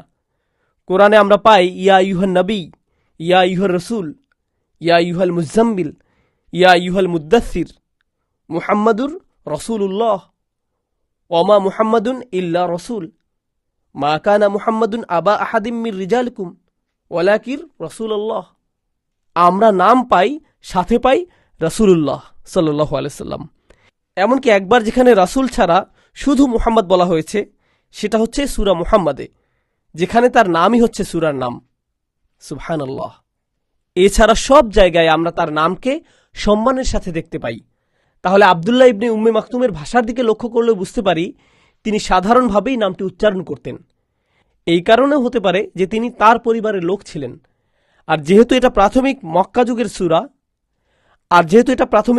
যুগের সূরা, সাহাবাগণ তখনও মার্জিত রুচির শিক্ষা পাননি। এটা তাদের কাছে তখনও নতুন বিষয় ছিল। যাই হোক, তো আল্লাহ রসুল সাল্লাল্লাহু আলাইহি সাল্লাম তাদের দিকে ফিরলেন, আব্দুল্লাহ ইবনে উম্মে মাকতুমের থেকে ঘুরে অন্য দিকে ফিরলেন। আর এমন সময় যে কেউ তার দিকে ফিরে বলবে, দেখো আমি একটু ব্যস্ত আছি, আমাকে 2 মিনিট সময় দাও। আমরা সবসময় এমনটাই করে থাকি। কেউ আপনাকে ফোন করলো, আপনি বললেন, এই আমি একটু ব্যস্ত আছি, আমি তোমাকে ফোন ব্যাক করছি, তাই না? আল্লাহ রসুল সাল্লাল্লাহু আলাইহি সাল্লাম এমনকি এতটুকুও বললেন না, কারণ তিনি সাহাবীর অনুভূতির প্রতি এতটাই সতর্ক ছিলেন। শুধু তার কপালে কিছু অংশ কুঁচকে গেল, যেটা আয়াতে উঠে এসেছে। আর আল্লাহ আযজা জাল্লা তার নবী সাল্লাল্লাহু আলাইহি সাল্লামের প্রতি এতটাই দয়ালু ছিলেন যে তিনি বলেননি আবাস্তা ওয়া তাওয়াল্লাইতা, আপনি ভ্রু কুঁচকেছেন এবং আপনি অন্যদিকে মুখ ফিরিয়ে নিয়েছেন। বরং তিনি বলেন সে ভ্রু কুঁচকেছে এবং সে অন্যদিকে মুখ ঘুরিয়ে নিয়েছে। নাম পুরুষ ব্যবহৃত হয়েছে। এরপর আনজাআহুল আ'মা, কারণ অন্ধ ব্যক্তি তার কাছে এসেছিল। আমরা আয়াতটি নিয়ে আলোচনা করব, কিন্তু এখানে নাম পুরুষের ব্যবহার লক্ষ্য করুন। আরবি ভাষায় যখন আপনি কারো উপর বিরক্ত হন, নাম পুরুষে বললে বোঝা যায় আপনি হালকাভাবে বলেছেন, মধ্যম পুরুষে বললে বোঝা যায় আপনি কঠিনভাবে বলছেন। তাহলে ভাষাগত দিক থেকে দেখলেও আমরা দেখতে পাই আল্লাহ তার নবী সাল্লাল্লাহু আলাইহি সাল্লামের উপর দয়া করেছেন। তিনি তাকে হালকাভাবে বলেছেন। এটা এমন, দৈনন্দিন জীবন থেকে কিছু উদাহরণ দিলে বুঝতে পারবেন। মনে করুন আপনি একটা ক্লাসরুমে অনেক বাচ্চা কাচ্চার সাথে আছেন। সেখানে একজন আছে যাকে আপনি হয়তো একজনকে তিরস্কার করতে চান, আপনি তাকে শৃঙ্খলা শেখাতে চান, তাকে আপনি প্রিন্সিপালের অফিসে পাঠাবেন। সেখান থেকে হয়তো তার বাড়িতে খবর যাবে, খুব খারাপ অবস্থায় পড়বে বেচারা। আপনি বললেন একজন ছাত্র আজকে একটা বড় ভুল করেছে, যদিও সে জানে যে তার ব্যাপারেই বলা হচ্ছে, কিন্তু এভাবে বলায় সে অতটা অনুভব করবে না। কিন্তু আপনি যদি তার দিকে তাকিয়ে বলেন, আব্দুল্লাহ তুমি খুব খারাপ কাজ করেছ, সে তখন খুবই বাজে অনুভব করবে। তাহলে কারো জন্য মধ্যম পুরুষে বলার চেয়ে নাম পুরুষে বলাটা তুলনামূলক সহজ, সরাসরি না বলা। তাহলে যখন আল্লাহ সমালোচনা করছেন সুবহানাহু ওয়া তাআলা, তিনি নাম পুরুষ ব্যবহার করেছেন। আবাসা ওয়া তাওয়াল্লা, সে ভ্রু কুঞ্চিত করল এবং মুখ ফিরিয়ে নিল। এখানে আন মাজদারিয়া এসেছে, এর কাজ হলো এটা পরের বাক্যকে মাফউল লি আজলিহি করে। মাফউল ইল্লা একে মাফউল লাহুও বলা হয়। কি কারণে, কেন সে মুখ ফিরে নিল? কারণ হলো আনজা আহুল আমা। আল্লাহ এখানে বলেননি আতাহুল আমা। কোরআনে কয়েকটি জায়গায় আতা এবং যা আ কাছাকাছি হিসেবে এসেছে। এর অর্থ আশা ও আশা, পৌঁছানো ও পৌঁছানো। এর মধ্যে যা আ শব্দটির আশা বেশি শক্তিশালী। এই শব্দটি দিয়ে বোঝায় সে খুব উদ্যমের সাথে এসেছে, সে দৌড়ে এসেছে। পরবর্তীতে আমরা এটা আরো পরিষ্কারভাবে পাই। যা আ শব্দটি আতার চেয়ে বেশি শক্তিশালী। তাহলে সে উদ্যমের সাথে এসেছে, আর সে হচ্ছে আমা, সে অন্ধ। তাই দেখছে না যে সেখানে কি হচ্ছে, সে দেখছে না সেখানে কি ঘটছে, সে সেখানে চলে এসেছে। আমা ওমা ইউদরিকা লাআল্লাহু ইয়াজ্জাক্কা। আর কিসে আপনাকে জানাবে যে মা ইউদরিকা শব্দটি খুবই চমৎকার। এর মূল অক্ষর হচ্ছে দাল র ইয়া, আর এখানে সুলাসি মুজাররাদ ব্যবহৃত হয়েছে। যেমন তাদরি বা ইয়াদরি, জানা বোঝাচ্ছে, কিন্তু ইউদরিকা মানে হচ্ছে তোমার কাছে কি আছে যা দিয়ে তুমি জানতে পারো, যা দিয়ে তুমি খবর বের করতে পারবে। যেমন বর্তমান সময়ে আমরা যদি ইদ্রা করতে চাই, আমাদেরকে ইন্টারনেটে যেতে হবে, এমন জিনিস যা দিয়ে আমরা জানতে পারি। বুঝেছেন? তো আল্লাহ এখানে বলেছেন যে আপনার কাছে এমন কিছুই নেই। তিনি নবীজি সাল্লাল্লাহু আলাইহি সাল্লামকে বলছেন। আপনি এখানে শব্দটি খেয়াল করুন, তিনি বলেননি সে, তিনি বলেছেন আপনি। তাহলে প্রথম দুইটি আয়াত নাম পুরুষে বলেছেন, আর এখানে ইলতিফাত লিতাকরিব হয়েছে, সুরের পরিবর্তন হয়েছে নবীজি সাল্লাল্লাহু আলাইহি সাল্লামের কাছে যাওয়ার জন্য। এই আয়াতটিকে প্রায় ভুলভাবে পাঠ করা হয়। এই আয়াতটি আসলে সমালোচনা নয়, বরং নবীজির পক্ষেই বলা হয়েছে। মা ইউদরিকা মানে হচ্ছে তোমার পক্ষে কোনোভাবেই জানা সম্ভব নয় যে সে কোনো ভালো উদ্দেশ্য নিয়ে এসেছে কি না। লাআল্লাহু ইয়াজ্জাক্কা, হয়তো সে নিজেকে পরিশুদ্ধ করতে পারত। তো যাই হোক, আমরা এখানে প্রথম যে বিষয়টি পাই তা হচ্ছে মা ইউদরিকা, লোকটির অন্তরে কি আছে সেই ব্যাপারে নবীজি সাল্লাল্লাহু আলাইহি সাল্লামকে কোনো অবস্থানে যাওয়ার সুযোগ দেওয়া হয়নি। তিনি কোনোভাবেই এটা জানতেন না তিনি যার সাথে কথা বলছেন তার নিজেকে পরিশুদ্ধ করার কোনো ইচ্ছা আছে কি না। সূরার সামনের দিকে আমরা দেখব, বারবার নানা সময় আমরা দেখব এই সূরাটি সূরা নাজিয়াতের সাথে কিভাবে সম্পর্কিত এবং কিভাবে সূরাটি সূরা নাজিয়াতকে সম্পূর্ণ করেছে। সূরা নাজিয়াতে আমরা পাই মুসা আলাইহিস সালাম ফেরাউনকে একটি অফার দিচ্ছে। এমনকি ফেরাউনকে আমরা সবাই জানি, এই লোকটি বাচ্চাদেরকে মেরেছে, সে পুরো একটা জাতিকে শোষণ করেছে, নিজেকে খোদা দাবি করেছে, ইত্যাদি ইত্যাদি। মুসা আলাইহিস সালামের সাথে অনেক কথোপকথন। এরপরে মুসা আলাইহিস সালাম তার ব্যাপারে আশা হারাচ্ছেন না। তিনি বলছেন ফাকুল হাল্লাকা ইলা আন তাযাক্কা, তোমার মধ্যে কি নিজেকে পরিশুদ্ধ করার কোনো ইচ্ছা বাকি আছে? তিনি আশা হারাচ্ছেন না। সেই একই শব্দ তাযাক্কা এখানে নাম পুরুষে ব্যবহৃত হয়েছে। ওমা ইউদরিকা লাআল্লাহু ইয়াজ্জাক্কা, আপনার কাছে এমন কিছুই নেই যা দিয়ে আপনি জানতে পারেন হয়তো সে নিজেকে পরিশুদ্ধ করবে, হয়তো তার মধ্যেও ভালো মানুষ হবার ইচ্ছা আছে। সরল বাংলায় আমরা একে বলি পরিশুদ্ধ হওয়া, একজন ভালো মানুষ হবার চেষ্টা, বুঝতে পারা যে আপনার মধ্যে কিছু নোংরা, কিছু ময়লা, কিছু অনৈতিকতা আছে, আপনি সেখান থেকে বের হতে চান। সে কারণেই তিনি আপনার কাছে এসেছেন রাদিয়াল্লাহু আনহু। এই লাআল্লাহ শব্দটি এখানে হয়েছে তারাজ্জি। এর অর্থ হল এই লোকটি, বলে রাখি এটা কিন্তু জ্ঞানার্জনের পূর্ব ধাপ, কেননা পরের আয়াতে আমরা পাই তাকে মনে করিয়ে দেয়া হয় যে সে নবীজি সাল্লাল্লাহু আলাইহি সাল্লামের কাছ থেকে কিছু শিখেছিল, কিন্তু আল্লাহ বলছেন আসলে সে আগে পরিশুদ্ধ হতে এসেছিল, যাতে সে একজন ভালো মানুষ হতে পারে। সুতরাং আমরা আমাদের দিন থেকে কেবল চমৎকার বিষয়গুলো, বিভিন্ন তারিখ, সময়, স্থান, বিভিন্ন নাম, নানান কাহিনী সম্পর্কেই জানতে পারি তা নয়, কোন নবী আগে এসেছেন, কে দ্বিতীয়, কে তৃতীয়, কোন বইয়ে কোন অধ্যায়ে কি আছে, ইত্যাদি ইত্যাদি। এগুলো খুবই চমৎকার শিক্ষা, কিন্তু এগুলোর উদ্দেশ্য কি? কেন আমরা এগুলো সম্পর্কে জানছি? যাতে আমরা নিজেদেরকে পরিশুদ্ধ করতে পারি। এই জন্যই সেই সাহাবী এসেছিলেন, সেই আশায় যাতে তিনি নিজেকে পরিশুদ্ধ করতে পারেন। এখানে আরেকটি বিষয় উল্লেখ করার মতো, তা হল এটা একটি ছোট বালাগি পয়েন্ট। এখানে ইয়াজ্জাক্কা শব্দটির সাথে সাদ খেয়াল করুন। আসলে শব্দটি ছিল ইয়াতাজাক্কা, তাজাক্কি থেকে। এটা হচ্ছে এর মাজদার। আরবি ভাষায় মাঝে মাঝে যা হয় ইদগাম, দুইটি বর্ণ পাশাপাশি থাকলে তাদেরকে একত্রে পড়া হয়। এখন ব্যাকরণগতভাবে আপনি বলতে পারেন ইয়াজ্জাক্কা ও ইয়াতাজাক্কার অর্থ একই, ব্যাকরণে এর অর্থ একই, কিন্তু কোরআনে এই দুয়ের মধ্যেও সূক্ষ্ম পার্থক্য আছে। যখন কোনো কিছু আংশিক, সম্পূর্ণ নয়, তখন হবে ইয়াজ্জাক্কারু। ঠিক আছে? এই ধরনের শব্দ ব্যবহৃত হবে। যখন সম্পূর্ণ বোঝাবে, সেক্ষেত্রে সম্পূর্ণ বানানো বসবে। অর্থাৎ একবারের দেখায়, একবারের সাক্ষাতে নিশ্চয়ই সে সম্পূর্ণ পরিশুদ্ধ হয়ে যাবে না। সে হয়তো কিছুটা পরিশুদ্ধ হবে, সে কিছুটা পাবে। ইয়াতাজাক্কারু হলে এখানে সম্পূর্ণ বোঝাতো। একবার সাক্ষাৎ, পরের বার হালকা, আবার প্রশ্ন উত্তর পর্ব, এরপর হয়তো সে সম্পূর্ণ ভালো মানুষ হবে। কিন্তু ইয়াজ্জাক্কা শব্দটি দিয়ে অসম্পূর্ণ বোঝাচ্ছে। সে হয়তো কিছুটা উপকার পাবে, রাদিয়াল্লাহু আনহু। আও ইয়াজ্জাক্কারু, সে হয়তো নিজের জন্য কিছু স্মরণিকা পেত। ফাতানফাহু যিকরা, ফলাফল স্বরূপ তাই যদি হয়ে থাকে, অর্থাৎ সেই লোকটি তার নিজেকে পরিশুদ্ধির জন্য এসেছে এবং কিছু উপকারী স্মরণিকা নিয়েছে, ফলাফল স্বরূপ সেই স্মরণিকা তার জন্য উপকারী হবে। ফাতানফাহু যিকরা, এখানে আল্লাহ বলেননি ফাতানফাহু তাযাক্কার বা ইয়ানফাহু তাযাক্কার, তিনি বলেছেন আয-যিকরা শব্দটি দিয়ে অনির্দিষ্ট বোঝায়। এটা একটি মাজদার, যাকারা ইয়াযকুরু থেকে। মূল শব্দটি হল যিকরুন, যিক্র নয়। এই শব্দের শেষের আলিফ মাকসুরা শব্দকে মুবালাগা দেয়। আরবিতে আমরা বলি যিকর হচ্ছে স্মরণ, যিকরা হচ্ছে শক্তিশালী স্মরণ, মানে এটা হচ্ছে শক্তিশালীভাবে স্মরণ। এ থেকে বোঝা যায় যখনই নবীজি সাল্লাল্লাহু আলাইহি ওয়াসাল্লাম কারোর সাথে কথা বলতেন, সেটা তার জন্য সাধারণ স্মরণিকা হতো না, এটা হতো শক্তিশালী স্মরণ। যদিও তিনি অল্প কথা বলতেন, তবুও এটা তার জন্য শক্তিশালী স্মরণিকা হতো। এখন যখন নবীজি সাল্লাল্লাহু আলাইহি ওয়াসাল্লাম কোনো কিছু বলেন, বিশেষ করে মক্কি যুগের কোরআনে, সেটা হচ্ছে স্বয়ং কোরআনকেই বোঝানো হচ্ছে। সুতরাং আয-যিকরা, যে শক্তিশালী স্মরণিকার কথা বলা হচ্ছে, এটা দিয়ে কোরআনকেই বোঝানো হচ্ছে। এরপরে এর চেয়েও শক্তিশালী আরেকটা শব্দ নিয়ে আমরা জানবো ইনশাআল্লাহ। মূল কথা হচ্ছে কোরআনকে এখানে একটি শক্তিশালী স্মরণিকা হিসেবে পরিচয় করিয়ে দেওয়া হয়েছে তার জন্য যে এই স্মরণিকা পেতে চায়।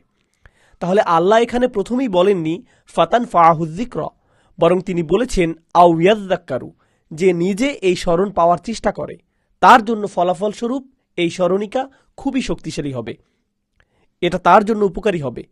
আম্মা মান ইস্তাগনা, অপরদিকে তার জন্য যার আছে ইস্তিগনা, মান ইস্তাগনা, তার জন্য যে উদাসীন, বেপরোয়া, কোনো কিছু নিয়ে ভাবে না। ইস্তিগনা শব্দটি গনি থেকে এসেছে। গনি হচ্ছে এতটাই ধনী যাকে কোনো কিছু নিয়ে ভাবতে হয় না। সে টাকা নিয়ে ভাবে না, সে বাড়ি নিয়ে ভাবে না, সে জীবনের কোনো খরচ নিয়ে ভাবে না। যারা এরকম বিশাল প্রাচুর্যের মধ্যে বাস করে, যার কোনো কিছুর প্রয়োজন নেই, কোনো চাওয়া পাওয়া নেই, তার কিছু পাওয়ার আকাঙ্ক্ষা নেই, সে চাওয়া মাত্রই তার কাছে চলে আসে, এই ধরনের মানুষের গিনা থাকে, এই ধরনের মানুষের গিনা থাকে। আল্লাহ আযজা ওয়া জাল্লার একটি নাম হচ্ছে আল গনি, আল গনি, কারণ তার কিছুর প্রয়োজন নেই, তার কিছুই প্রয়োজন নেই। সুতরাং এখানে ইস্তিগনা শব্দটির শুরুতে আলিফ, সিন ও তা আছে, এটা বাবে ইস্তিফাল। এর অর্থ হচ্ছে সেই সকল লোক যারা ভাবে তাদের কোনো কিছুর প্রয়োজন নেই। যে ব্যক্তির এমন ভাব থাকে যে তার কোনো কিছুর প্রয়োজন নেই, সে এসবের ব্যাপারে উদাসীন থাকে। এখানে ইস্তিগনা বলতে কিন্তু কুরাইশ নেতাদের কথা বোঝানো হচ্ছে। তাহলে নবীজি সাল্লাল্লাহু আলাইহি ওয়াসাল্লাম কি জানতেন যে তারা এসবের ব্যাপারে উদাসীন? না, তিনি তা জানতেন না। তার পক্ষে এটা জানা সম্ভব নয় যে তাদের অন্তরে ভালো কিছু আছে কিনা, বা ক্ষুদ্রতম ভালো কিছু আছে কিনা। মুসা আলাইহিস সালাম ফেরাউনের মৃত্যুর আগ পর্যন্ত জানতেন না, তাই তিনি তার কাছে দাওয়াত দিয়ে গেছেন, আর আল্লাহ তাআলাও তার রায় দিয়ে দিয়েছেন। আল্লাহ তাকে উন্মোচন করে দিয়েছেন এবং বলেছেন, আম্মা মান ইস্তাগনা, সেই ব্যক্তি যে ভাবে তার কিছুর প্রয়োজন নেই, যে কোনো কিছুর পরোয়া করে না, যে তার কাজকর্মে বেপরোয়া, এই লোকটি হয়তো আপনার সাথে ইসলাম নিয়েও কথা বলবে। এজন্য নয় যে তারা উপদেশ পেতে চায়, বরং এই জন্য যে সে আপনার সাথে দার্শনিক আলাপ দিতে চায়। সে আলাপ করতে চায় যে আসলে আল্লাহ আছে কিনা। বিভিন্ন ক্যাম্পাসে কিছু দর্শনের ক্লাব আছে যেখানে আমাদের MS এর ছেলেরাও যায়, তাই না? তারা কেবল আলাপ দিতে চায়, আলাপ দেওয়ার জন্য, এর কোনো উদ্দেশ্য নেই, শুধু বকবক করা। যদি আপনি তার সাথে সবচেয়ে সেরা যুক্তিও দেন, সে বলবে, হ্যাঁ তুমি খুব চমৎকার বলেছ, খুব সুন্দর, খুব সুন্দর, আমরা আগামীকাল আবার কথা বলবো, খুবই মজা পেলাম। এটা হচ্ছে ইস্তিগনার মনোভাব। আমাদের নিজেদের এর খুব বেশি প্রয়োজন নেই, আমরা শুধু সময় কাটাচ্ছি, এমন আর কি তাদের মনোভাব। তাহলে একদিকে আমরা দেখছি এখানে সাহাবী রাদিয়াল্লাহু আনহু তিনি এখানে কেন এসেছেন? কারণ লাআল্লাহু ইয়াজ্জাক্কা, যাতে সে নিজেকে পরিশুদ্ধ করতে পারে, একজন ভালো মানুষ হতে পারে, তার কলুষতা দূর করতে পারে, নিজের মধ্যে যে সমস্যাগুলো আছে তা দূর করতে পারে। আরেকটি কারণ হলো যাতে সে কিছু স্মরণ পেতে পারে। তাহলে এই দুইটি শক্তিশালী কারণে সেই সাহাবী সেখানে গিয়েছিলেন, আর এর কোনোটি সেই নেতাদের মধ্যে ছিল না। আল্লাহ প্রথমেই বলেছেন, আম্মা মান ইস্তাগনা, তার জন্য যে আসলে পাত্তা দেয় না, তার কোনো কিছুর প্রয়োজন নেই, তার আচরণে সেটা বোঝা যাচ্ছে। ফাআনতা লাহু তাসাদ্দা, আর তোমার আছে তাসাদ্দা, আসলে তোমার আছে তাসাদ্দা। আসলে তাসাদ্দা শব্দটি মূলত ছিল তা তাসাদ্দা, এখানে আরেকটা তা ছিল। এই শব্দটি ভালোভাবে জানলে বুঝতে পারবো আল্লাহ এখানে কি বলছেন। এখানে কয়েকটা বিষয় আছে, একটি হলো শব্দ, অপরটি হলো বাক্য গঠনটি এখানে খুবই চমৎকার। তাহলে প্রথমে আমরা এই শব্দটি জেনে নিই। এটা এসেছে সদ, দাল ও ইয়া থেকে। সদিউন, এটি সদা থেকেও এসেছে। সদা অর্থ হলো প্রতিধ্বনি, কোনো দেয়ালে শব্দ ছুরি দিলে যেভাবে এটা বারবার ফিরে আসে সেটা, এটাই হচ্ছে সদা। তাসদ্দা শব্দটি হলো কোনো কিছু নিরলসভাবে করা, কোনো কিছুতে বারবার ফিরে যাওয়া, যেমনিভাবে কোনো প্রতিধ্বনি আপনার কানে বারবার ফিরে আসে। তাহলে এখানে নবীজি সাল্লাল্লাহু আলাইহি সাল্লামকে বলা হচ্ছে আপনি তাদের কাছে বারবার করে ফিরে যাচ্ছেন, অর্থাৎ তারা আপনার কাছে কথা বলতে এসেছে, এরপর হঠাৎ এই বাধা এসেছে, তবু আপনি তাদের দিকে ফিরে গিয়েছেন। তাহলে আপনি সদ্দা করছেন, আপনি তাদের দিকে ফিরে গিয়েছেন, প্রতিধ্বনির মতো ফিরে গিয়েছেন, তাদের দিকে আলাপ করতে ফিরেছেন। তাসদ্দা শব্দটি দিয়ে এটাই বোঝাচ্ছে। কিন্তু এখানে আল্লাহ কেবল বলেননি তাসদ্দা, তিনি বলেছেন ফাআনতা লাহু তাসদ্দা। আংতা শব্দটি এখানে জুমলা ইসমিয়া। এটা জানার তাৎপর্য কেবল এটা নয় যে এটা ব্যাকরণগত সূক্ষ্মতা, এর তাৎপর্য হচ্ছে আপনি নিজেই ওদের দিকে ফিরে গিয়েছেন, মানে হলো তারা আপনার দিকে ফেরেনি। এখানে আংতা শব্দটি হচ্ছে আলা গায়রিল ফাইল, এটা দিয়ে বোঝায় ফাইল ছাড়া অন্য কিছু বোঝাচ্ছে। সুতরাং আপনি নিজে তাদের দিকে ফিরে গিয়েছেন। তাদের কি আছে? ইস্তিগনা। গত আয়াতে এসেছে তারা আপনার দিকে ফেরেনি, তারা এটাকে খুব হালকাভাবে নিয়েছে, আর আপনি তাদেরকে খুব গুরুত্বের সাথে নিয়েছেন। এই থেকে বোঝা যাচ্ছে যে কে উপরে আছে। একজন সেলসম্যান যখন কারো কাছে কিছু বিক্রি করতে চায়, যে সেই জিনিসের প্রতি আগ্রহী নয়, এই অবস্থায় কাকে দেখে মায়া লাগে আমাদের? সেলসম্যানকে দেখে মনে হয় অতি আগ্রহী, আর কাস্টমার খুব ঠান্ডা মেজাজে হেঁটে চলে যায়, কাস্টমার উপরে থাকে। এটা বোঝাটা খুবই গুরুত্বপূর্ণ, কারণ আল্লাহ তাআলা চাননি যেন নবীজি সাল্লাল্লাহু আলাইহি সাল্লামকে দেখে মনে হয় তিনি ওদের মুখাপেক্ষী। তিনি চাননি যে তিনি তাদেরকে ইসলামের দাওয়াত দেওয়ার জন্য বেশি উদ্গ্রীব। তার তো তাদের দরকার নেই, আল্লাহ তাআলারও তাদেরকে প্রয়োজন নেই, সুবহানাহু ওয়া তাআলা। তাই আল্লাহ আজ্জা ওয়া জাল্লা তাকে উদ্গ্রীব হতে নিষেধ করলেন। তারা তার দিকে যেভাবে তাকায় না, তাকেও তিনি সেভাবে তাকাতে নিষেধ করলেন। তাই তিনি বললেন ফাআনতা লাহু তাসাদ্দা। সুতরাং তিনি বললেন ফাআনতা লাহু তাসাদ্দা ওয়া মা আলাইকা, আর আপনার কোনো দোষ নেই, এর ফল যাই হোক তাতে আপনার কোনো দোষ নেই। আলা শব্দটি ব্যাপক অর্থবোধক শব্দ, এর কয়েকটা অর্থ আছে। যদি তারা ইসলাম গ্রহণ না করে, এতে আপনার কোনো দোষ নেই। যদি সে নিজেকে পরিশুদ্ধ করতে না চায়, এটা প্রথম। আরেকটি অর্থ হচ্ছে এটা আপনার উপর ফরজ নয়, আপনি তার জন্য দায়ীও নন। আল্লাহ ইয়াজ্জাক্কা, যদি সে নিজেকে পরিশুদ্ধ না করে, কে এই সিদ্ধান্ত নিবে? সে নিজেই তার সিদ্ধান্তের জন্য দায়ী। তুমি তাকে পরিশুদ্ধ করতে পারবে না, আপনি কেবল তাকে জানাতে পারেন। বিগত সূরা এসেছে ইন্নামা আনতা মুনযিরুম মাইয়াখশাহা, যারা ভয় করে আপনি কেবল তাদেরকে সতর্ক করতে পারেন। দেখে মনে হচ্ছে এই সূরার প্রথম অংশটি যেন ওই আয়াতের তাফসীর।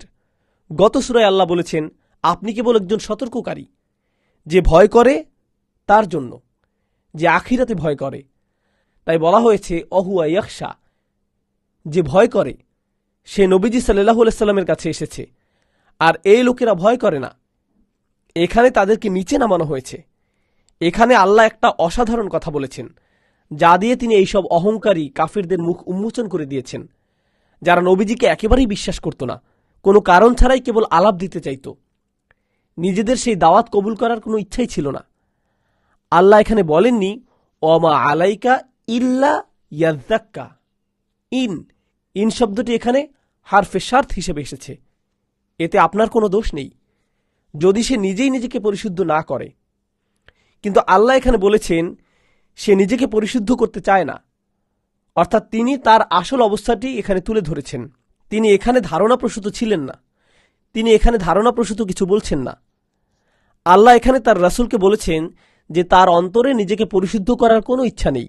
গত সূরায় ফিরআউন ও মূসার মধ্যকার যে আলোচনা হয়েছে, এখানেও সেই আলোচনা হচ্ছে। ফাকুল হাল্লাকা ইলা আন তাযাক্কা। গত সূরায় ফিরআউন ও মূসার মধ্যকার যে আলোচনা হয়েছে, এখানেও সেই আলোচনা হচ্ছে। ফাকুল হাল্লাকা ইলা আন তাযাক্কা, একই কথা এখানেও আলোচিত হচ্ছে।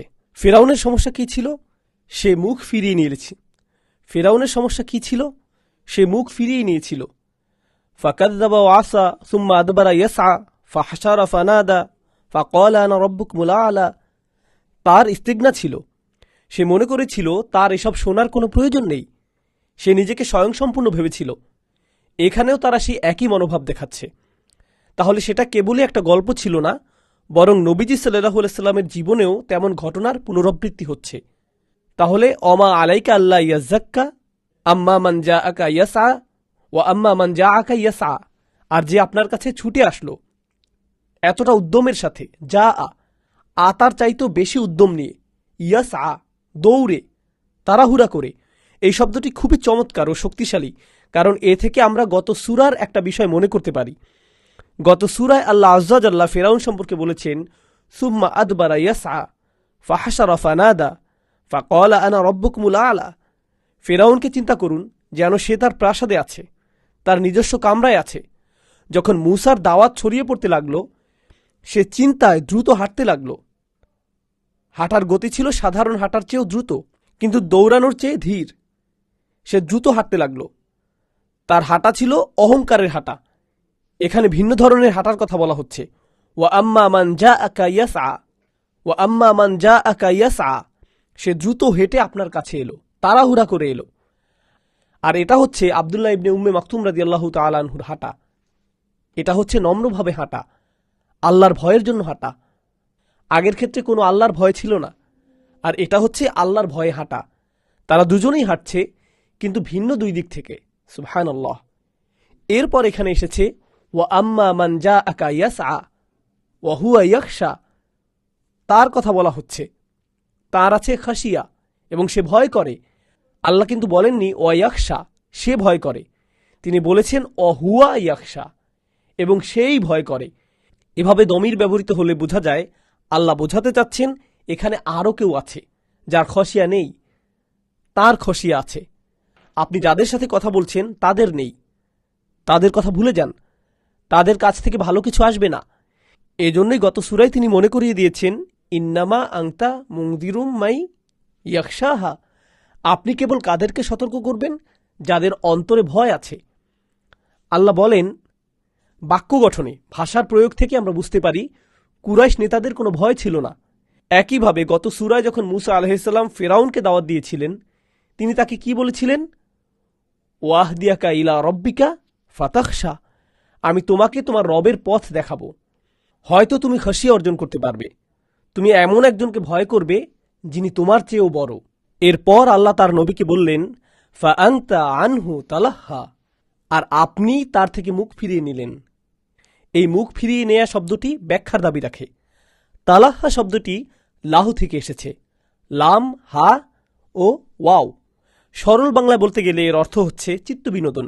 সূরা জুমআয় যেমন এসেছে লাহওয়ান আও তিজারাতান।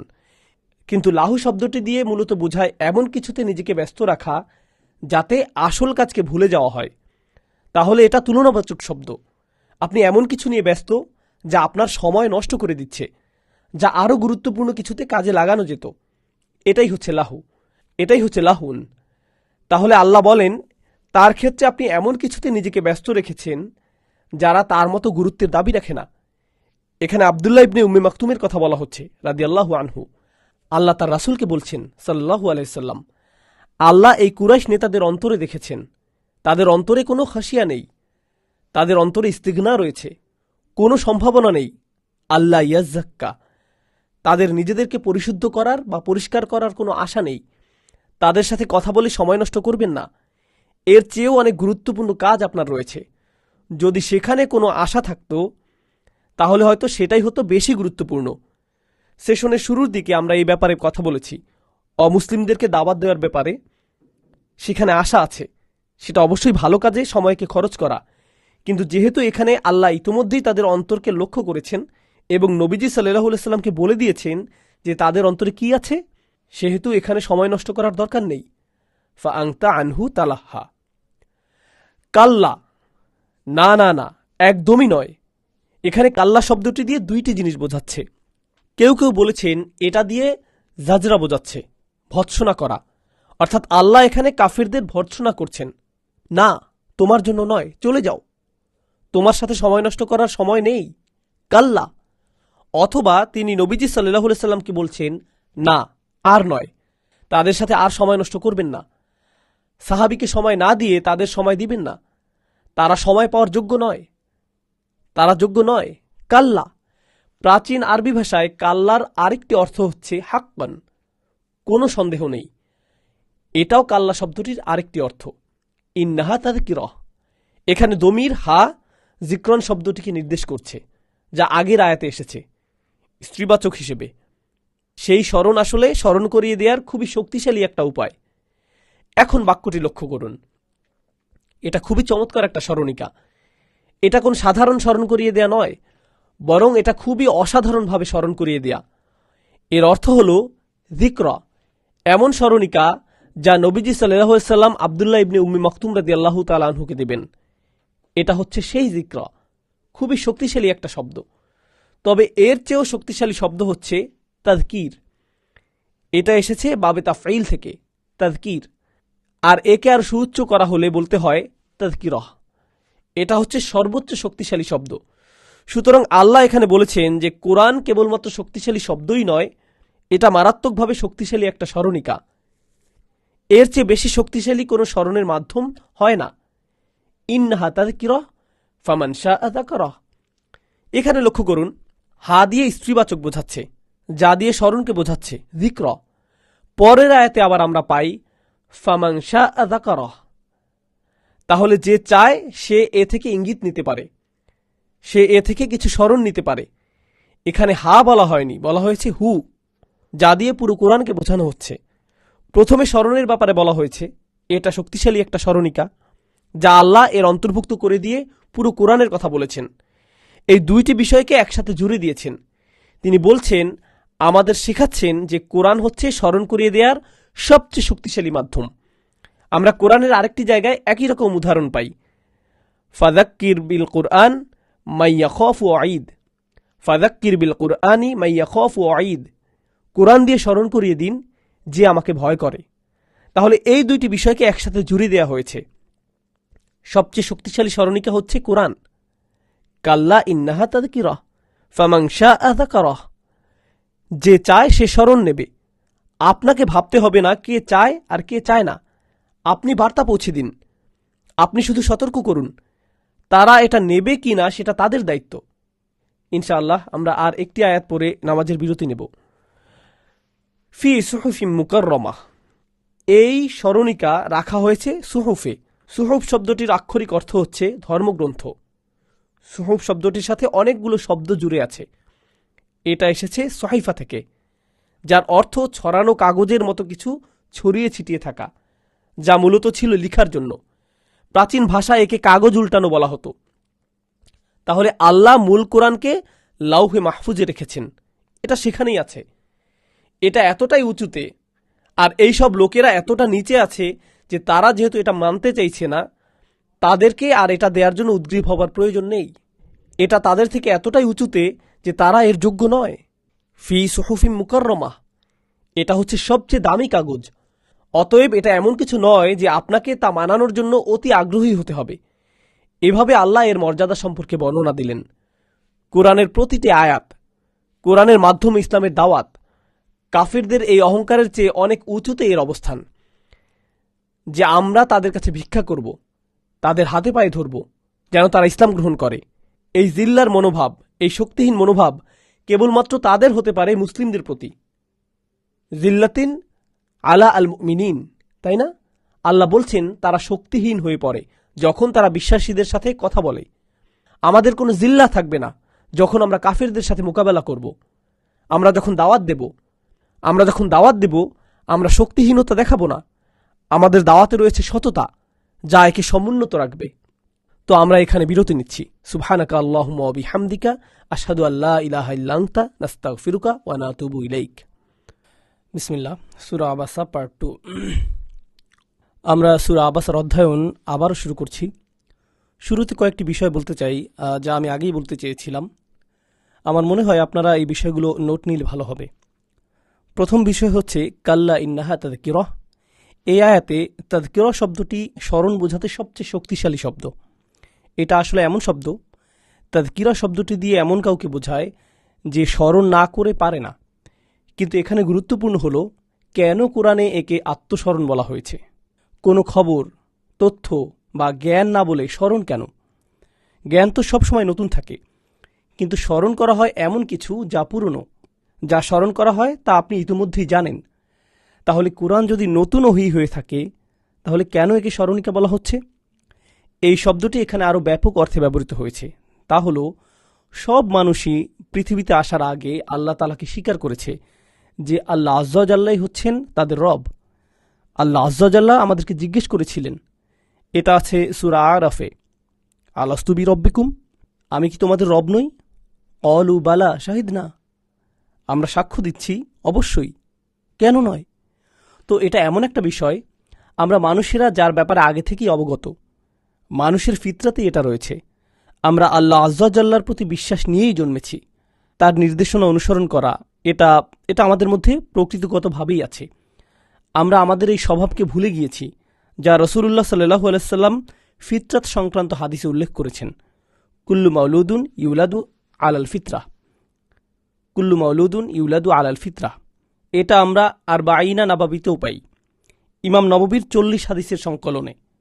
প্রত্যেক নবজাতকই জন্ম নেয় কিছু ফিতরাত বা স্বভাব নিয়ে। আল্লাহ এই ফিতরাতের ব্যাপারে বলেন, ফিতরাতুল্লাহ আল্লাতী ফাতারান নাসি আলাইহা। এটা মানুষের এমন ধরন যা আল্লাহ তাআলা প্রত্যেক মানুষের মধ্যে দিয়ে দিয়েছেন। এখন এই ফিতরাতের ব্যাপারে নবীজি সাল্লাল্লাহু আলাইহি সাল্লাম বলেছেন, বয়সের সাথে সাথে আপনার সংস্কৃতি, পরিবারের ধর্ম, তারা তাকে ইহুদি বানায়, তারা তাকে খ্রিস্টান বানায়, তারা তাকে মাজুসি বানায় ইত্যাদি। এই সকল ধর্মের লোকেরা তাদের পরিবেশকে আপনার উপর চাপিয়ে দিয়েছে। কিন্তু আপনার ফিতরাতে কি ছিল? ইসলাম, আল্লাহর কাছে আত্মসমর্পণ। তাহলে কোরআন এখানে আপনাকে আপনার ফিতরাতের দিকে ডাকছে। এটা আপনাকে এমন কিছুর স্মরণ করিয়ে দিচ্ছে যা ইতিমধ্যেই আপনার অন্তরে ছিল। এজন্য একে বলা হয় তাযকিরাহ। এখন তাযকিরা দিয়ে কি লাভবান হবে? যার মধ্যে তার ফিতরাতের কিছু অংশ বাকি রয়েছে। মনে করুন আপনার মনে কিছুটা আলো অবশিষ্ট রয়েছে, তখন কোরআনের আলো আসলো, এই দুই আলো একসাথে মিলে গেল, একে বলা হয় নূরুন আলা নূর, আলোর মধ্যে আলো। কিন্তু এখানে যে লোকদের কথা বলা হচ্ছে তাদের কোনো আলো ছিল না। আল্লাহ বলছেন তাদের মধ্যে নিজেদের পরিশুদ্ধ করার কোনো ইচ্ছাই ছিল না। তারা মনে করে তাদের আর কোনো কিছুরই প্রয়োজন নেই। তারা মনে করছে না যে তাদের কোনো রব দরকার। তাহলে তাদের মধ্যে নিজেদের পরিশুদ্ধ করার কোনো ইচ্ছাই নেই। অর্থাৎ যদি এত শক্তিশালী স্মরণিকাও কোনো প্রভাব ফেলতে না পারে, তাহলে এদের দিয়ে আর কোনো আশা নেই। এদের নিয়ে এত ভেবো না, কারণ তাদেরকে কোনো ছোট বার্তা দেয়া হয়নি। যখন আপনি কাউকে কোনো কিছু বোঝাতে চান কিন্তু তারা আপনাকে বিশ্বাস করে না, তারা আপনার কথা গ্রহণ করে না। আপনি মনে করতে পারেন হয়তো আমি তাদেরকে ঠিকভাবে বোঝাতে পারছি না, হয়তো এই বিষয়গুলি আরও ভালোভাবে বলা যেত, যদি আমি সুন্দরভাবে বোঝাতে পারতাম হয়তো তারা বিশ্বাস করত। কিন্তু আল্লাহর কথায় নবীজি আত্মবিশ্বাস পেলেন সাল্লাল্লাহু আলাইহি সাল্লাম। কখনো এমনটি ভাববে না, কখনো ভাববে না যে তোমার কথায় কোনো গলদ আছে। এটা তো তাযকিরা, এটা হচ্ছে সবচাইতে শক্তিশালী স্মরণিকা। তাহলে কারো যদি এটা শুনেও কোনো লাভ না হয়, তাহলে এটা তোমার সমস্যা নয়, এটা তাদের সমস্যা। কাল্লা ইন্নাহা তাযকিরা ফামান শাআ যাকারা। যে সত্যিই চায় সে একে মনে রাখবে, নিজের মধ্যে একে ধারণ করবে এবং এ থেকে উপকৃত হবে। এবার আল্লাহ আজ্জা ওয়া জাল্লা এর সুউচ্চ অবস্থান সম্পর্কে অবগত করছেন।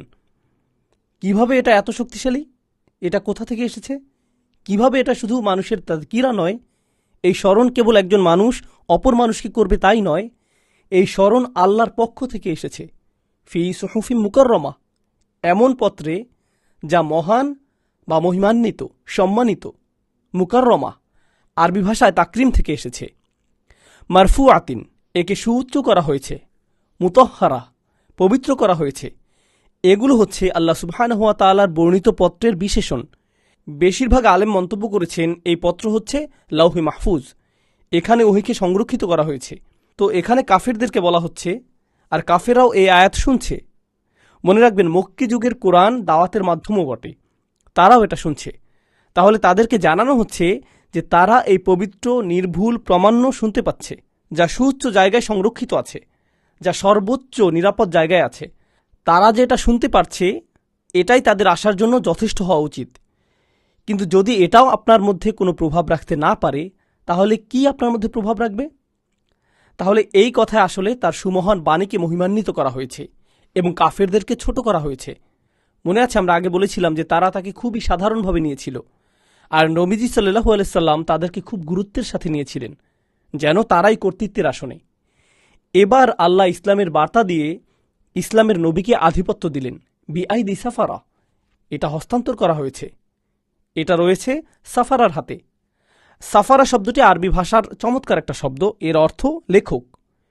এর অর্থ মূলত সিফর শব্দটি দিয়ে বোঝায় এমন বই যা উন্মোচন করে।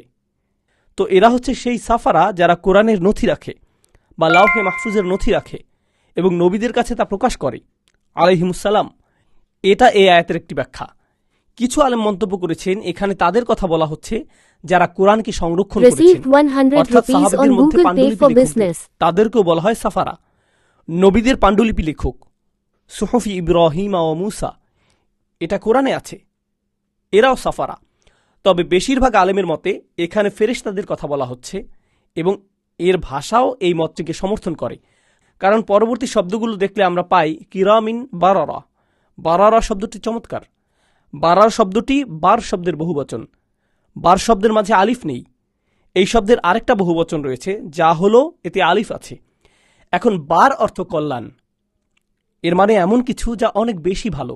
এই শব্দটি দিয়ে ভালোর আধিক্য বোঝাচ্ছে, এমন কিছু যা অনেক বেশি ভালো।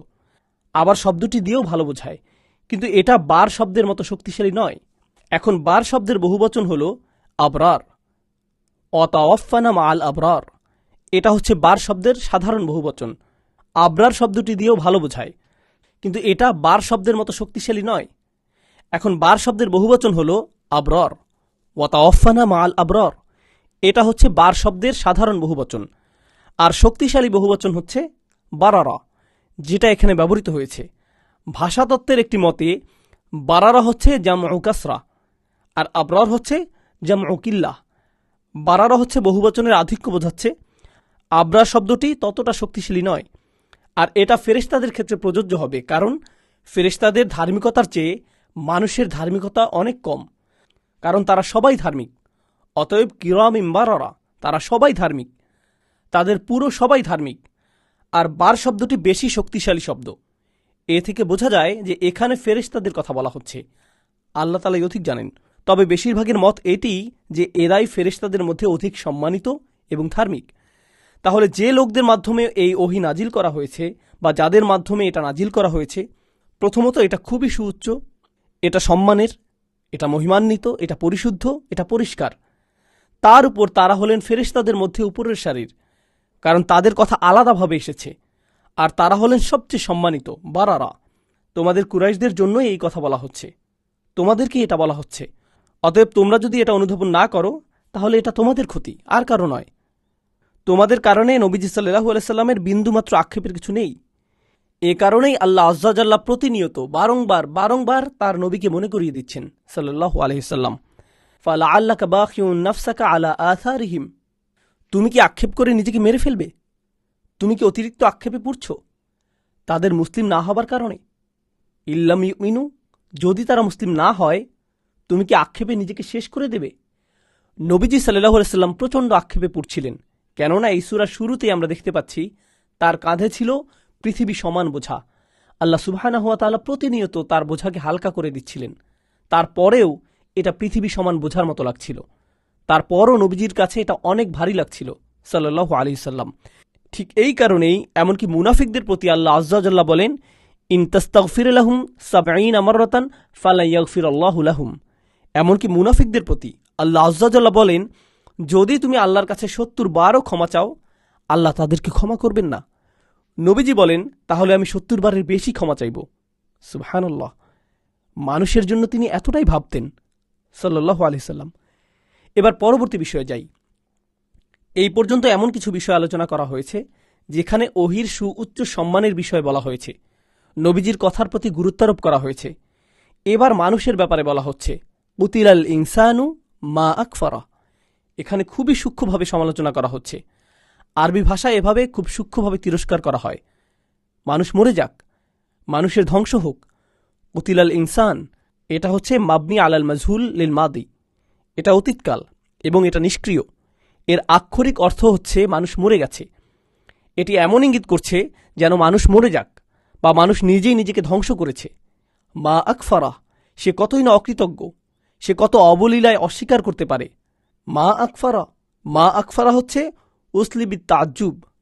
আরবি ভাষায় এমন শব্দ গঠন করা হয় নির্বাক হওয়া, আশ্চর্যান্বিত হওয়া, একই সাথে ক্রোধ হওয়া বোঝাতে। তাহলে স্বয়ং আল্লাহ বলছেন সে কত বিরাট কুফর করতে পারে, সে কত চমৎকারভাবে অস্বীকার করতে পারে, সে কত অবলীলায় অস্বীকার করতে পারে। এর আরেকটি ব্যাখ্যা হচ্ছে, এটি কম জনপ্রিয় মত, কেননা এর ভাষা খুবই শক্তিশালী। তা হল মা শব্দটি এখানে মাফউল বিহি। কোন বিষয়টি তাকে এভাবে অস্বীকার করতে প্রভাবিত করছে? কিসে তাকে অস্বীকার করাচ্ছে? ঠিক আছে, এখানে মাউসুলা কাজ করছে, মাফউল বিহি নয়, মাউসুলা হয়েছে। তবে বেশিরভাগ আলেমের মতে তাজ্জুব উসলিবিত তাজ্জুব। কত চমৎকার! কিসে তাকে অস্বীকারে প্ররোচিত করেছে? তাহলে দুইটি বিষয়ই একটি আয়াতে এসেছে। সে নিজেকে ধ্বংস করছে, মানুষ নিজেকে ধ্বংস করছে তার অসাধারণ অপরিসীম অস্বীকারের মাধ্যমে, তার অকৃতজ্ঞতা, তার অবজ্ঞার মাধ্যমে। এবার আপনি যদি গত সূরা খেয়াল করেন, আল্লাহ আজ্জা জাল্লা আমাদের দেখাচ্ছেন তাকে অস্বীকারের পরিণতি কতটা ভয়ঙ্কর হতে পারে। কিসের উদাহরণ দেওয়া হয়েছে আপনাদের মনে আছে? ফাকাযযাবা ওয়া আসা সুম্মা আদবারা ইয়াসআ ফাহাশারা ফানাদা ফাকালা আনা রাব্বুকুমুল আ'লা। আল্লাহ ফেরাউনের মাধ্যমে তাকে অস্বীকারের সবচেয়ে ভয়ঙ্কর উদাহরণ দিচ্ছেন। এর পরের সূরাতেই তিনি পুরো মানবজাতি সম্পর্কে বলছেন, যারা ফেরাউনের পদাঙ্ক অনুসরণ করছে সত্যকে অস্বীকারের মাধ্যমে, যখন এটা তাদের সামনে উপস্থাপন করা হয়। এখানে সুবহানাল্লাহ, সূরা নাজিয়াত ও আবাসার মধ্যে কি চমৎকার বৈপরীত্য দেখুন। এই দুটোকে এভাবে একত্রিত করা হয়েছে। নাজিয়াতে আল্লাহ বলছেন মুসা আলাইহিসসালাম তাকে সবচেয়ে চমৎকার, সবচেয়ে শক্তিশালী নিদর্শন দেখিয়েছেন। ফাআরাহুল আয়াত আল কুবরা, মুসা আলাইহিসসালাম তাকে অফুরন্ত নিদর্শন দেখিয়েছেন, তিনি তাকে দেখিয়েছেন। এরপরেও সে তার বিরোধিতা করেছে, এরপরেও সে কুফর করেছে। সে কত চমৎকারভাবে কুফর করেছে, সে তা দেখতে পাচ্ছে, তারপরও কুফর করছে। আর এই সূরায় আল্লাহ তাদেরকে কি দেখাচ্ছেন? তিনি তাদেরকে দেখাচ্ছেন তাযকিরাহ বিআইদি সাফারাহ কিরামিন বারারাহ। তিনি তাদেরকে এমন সুস্পষ্ট নিদর্শন দেখাচ্ছেন, এরপরেও তারা কুফর করছে। সেখানে ছিল মুসা আলাইহিসসালামের লাঠি, এখানে নিদর্শন হচ্ছে কোরআন, এবং উভয়ের সামনেই এটা রয়েছে, দুজনেই দেখতে পাচ্ছে। এরপরেও তারা কিভাবে পারে অস্বীকার করতে? আগের সূরায় তার অস্বীকার করার সাথে জড়িত ছিল অহংকার। এখানেও আল্লাহ অহংকারের বিষয়টি তুলে এনেছেন। সে নিজেকে কি মনে করে? মিন আইয়ি শাইইন খালাকাহ। পরবর্তী আয়াত, সে কি মনে করে তাকে কি দিয়ে বানানো হয়েছে, তাকে কি দিয়ে, কোন বস্তু দিয়ে বানানো হয়েছে? এরপর মানুষ বলছে এর মানে কি? মিন নুতফাতিন খালাকাহু ফাকাদ্দারাহ। নোংরা শুক্রাণু থেকে, এমন নোংরা শুক্রাণু থেকে লোকজন লজ্জায় যা কাপড় থেকে ধুয়ে ফেলে। এই শুক্রাণু থেকে আল্লাহ আযজা ওয়াজাল্লা বলেন মিন নুতফা, এ থেকে খলাকাহু, তিনি তাকে সৃষ্টি করেছেন, ফাকদ্দারাহু। আরবি ভাষায় তাকদীর শব্দটি খুবই শক্তিশালী শব্দ। এর সাথে সম্পর্কিত আরেকটা চমৎকার শব্দ হল খারাসা। খারাসা শব্দের অর্থ হল ক্ষিপ্র গতিতে ওঠানামা করা। যেমন আমরা দেশে স্টক মার্কেটে যেমনটি করি, ক্ষিপ্র গতিতে ছুরি দেয়া, বা রিয়েল এস্টেট, হয় এটা উপরে উঠবে আবার এটা নিচে পড়বে। আপনারা বিশ্বাস করবেন না, আমি নিউ ইয়র্কে বিজনেস স্কুলে পড়তাম এবং মিড টাউন ম্যানহাটন ছিল সেখানকার সবচেয়ে দামি ওয়াল স্ট্রিট, সবচেয়ে বেশি দামের ব্রোকারেজ ফার্ম, বিশাল বিশাল বিল্ডিং। একদম ছোট ছোট রুমের ভাড়াই ছিল $9,000 $10,000। কত হবে? 4,000 স্কোয়ার ফিট বা এমন হবে। এবং এই সকল বিল্ডিংয়ের প্রথম তলায় কারা থাকতো জানেন? মনস্তাত্ত্বিক, হস্তবিশারদরা। 50 স্ট্রিট, ম্যাডিসন অ্যাভিনিউতে, পার্ক অ্যাভিনিউতে। এটা ছিল পুরো বিশ্বের সবচেয়ে দামি রিয়েল এস্টেট কোম্পানির একটি। সেখানে এইসব মনস্তত্ত্ব বিশারদরা জায়গা পেত। কেন জানেন?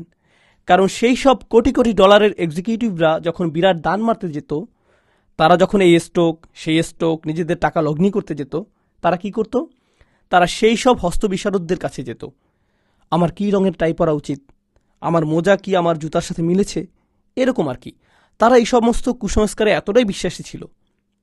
এটাই হচ্ছে খারাসা বা খার্স, বিশালভাবে অনুমান করা। কিন্তু এখানে এসেছে তাকদীর। তাকদীর হচ্ছে এমন অনুমান যা খুবই সূক্ষ্মভাবে হিসেব নিকেশ করে করা হয়। আল্লাহ আযজা ওয়াজাল্লা মানুষের সম্পর্কে বলেন, তিনি এই শুক্রাণু নিয়েছেন এবং তিনি সেখানে তাকদীর করেছেন। আপনি কতটা লম্বা হবেন, আপনার গায়ের রং কী হবে, আপনার দুটি চোখই ভালো হবে কিনা, আপনার স্বাদ কেমন হবে, আপনি কোন ভাষায় কথা বলবেন, আপনি কতটা মেধাবী হবেন, আপনার ব্রেইনের কোন কোন অংশ বেশি ব্যবহৃত হবে, আপনি কতদিন বাঁচবেন, আপনি কি খাবেন, আপনি কখন খাবেন, আপনার কি কি রোগ হবে, আপনি কি সুস্থ হবেন কিনা, আপনার বাবা মা কারা হবে, আপনার সন্তান সন্ততি কারা হবে, আপনি কি চাকরি করবেন, আপনি কিসে সময় কাটাবেন, আপনি কি ব্যবসা করবেন, আপনার কোন ব্যবসা ব্যর্থ হবে, এই সব কিছুই খুব সূক্ষ্মভাবে হিসেব করা হয়েছে। যখন আপনি এমন ছিলেন, যখন আপনার অস্তিত্বই ছিল না। মিন নুতফা খলাকাহু ফাকদ্দারাহ, তিনি তার পুরো জীবনকে হিসেব করেছেন, খুবই সূক্ষ্মভাবে হিসেব করেছেন। সুবহানাল্লাহ, এটা আমাদের আকীদার অংশ, তাকদীর।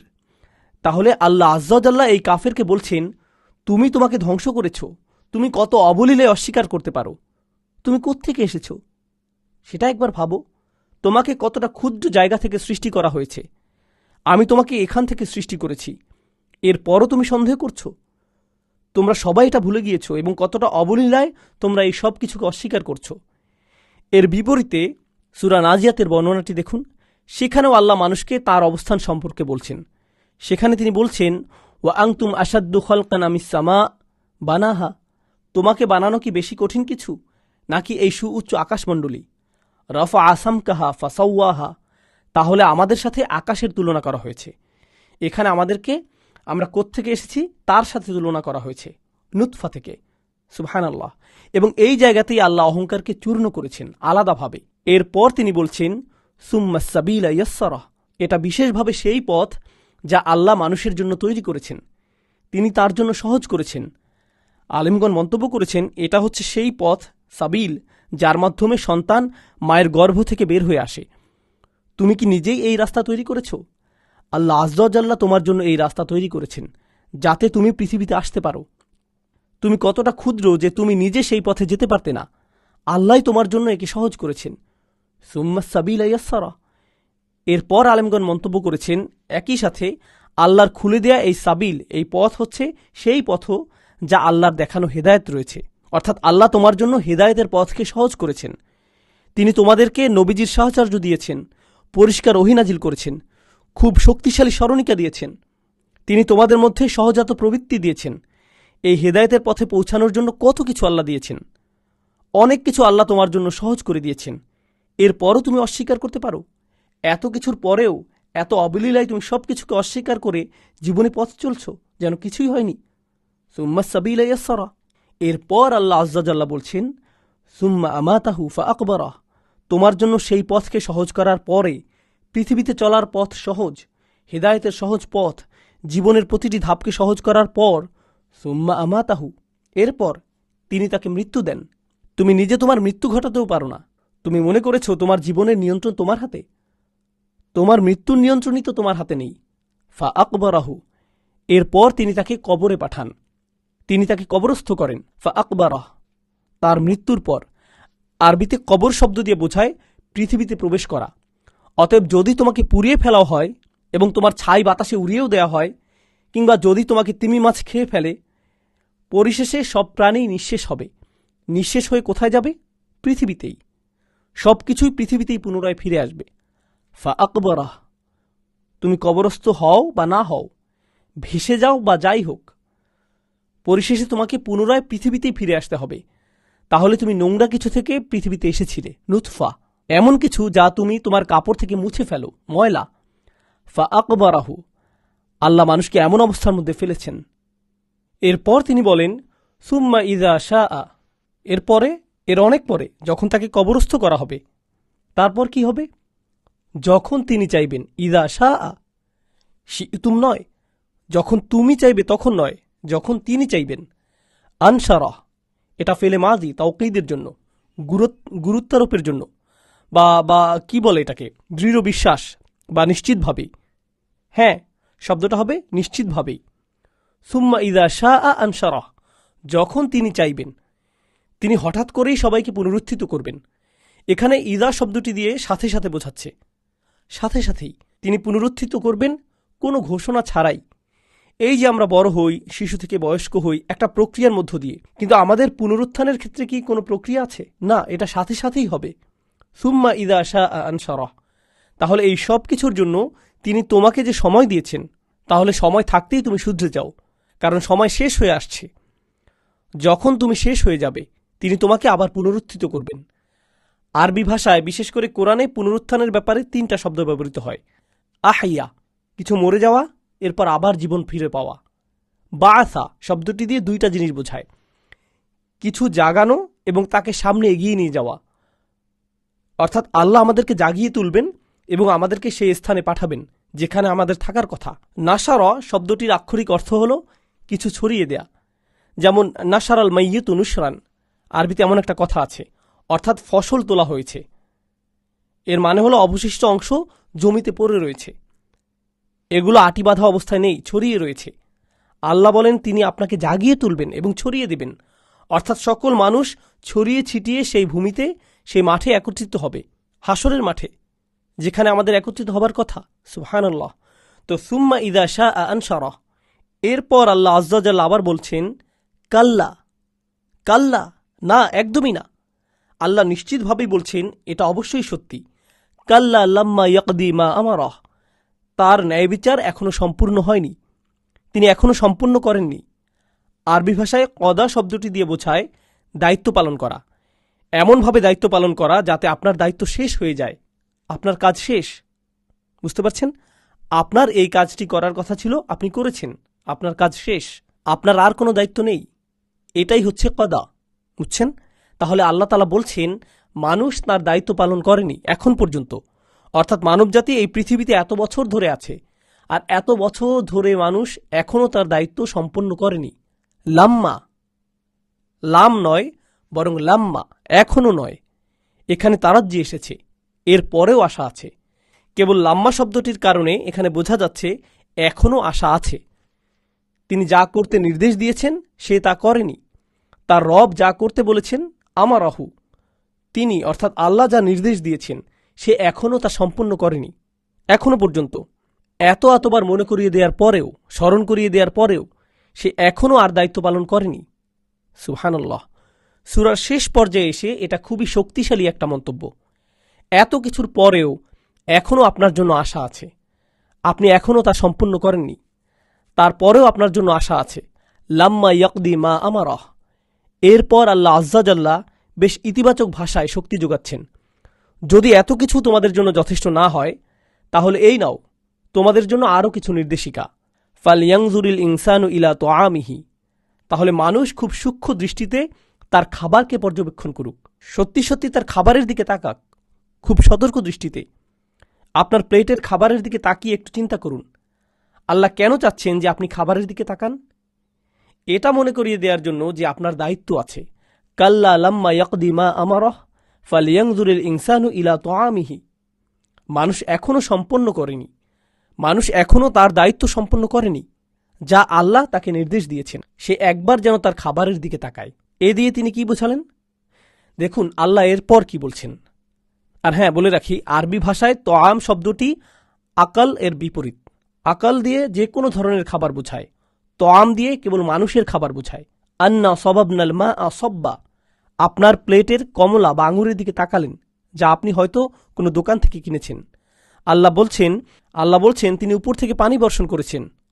সব শব্দটি দিয়ে বোঝায় কারো উপর বালতি দিয়ে পানি ফেলা। তাহলে আল্লাহ বিশাল বালতি দিয়ে বৃষ্টির পানি বর্ষণ করেছেন। বাংলা ভাষায় এভাবে বলা যায়, আল্লাহ খুব ভারী বর্ষণ করেছেন, যাতে আমরা পানির পর পানি দিয়ে ভেসে গিয়েছি। আন্না সবাবনাল মা আসব্বা, আমরাই এই পানি বর্ষণ করেছি। সুম্মা শাককনাল আরদা শাক্কা, শক শব্দটি দিয়ে বোঝায় এমনভাবে কিছুকে কেটে খুলে ফেলা বা ছিঁড়ে ফেলা, যা আপনি কিছু জিনিসকে কখনোই কেটে খোলার কথা ভাববেন না। যখন আপনি সেই সব জিনিসকে এভাবে কেটে খুলবেন, সেক্ষেত্রে শক শব্দটি ব্যবহৃত হবে। উদাহরণস্বরূপ, আল্লাহ আকাশ বর্ণনা করতে গিয়ে শক শব্দ ব্যবহার করেছেন। আমরা তো আকাশকে কেটে খোলার কথা ভাবি না। আল্লাহ ইনশিকক শব্দটি পাথরের ক্ষেত্রে ব্যবহার করেছেন।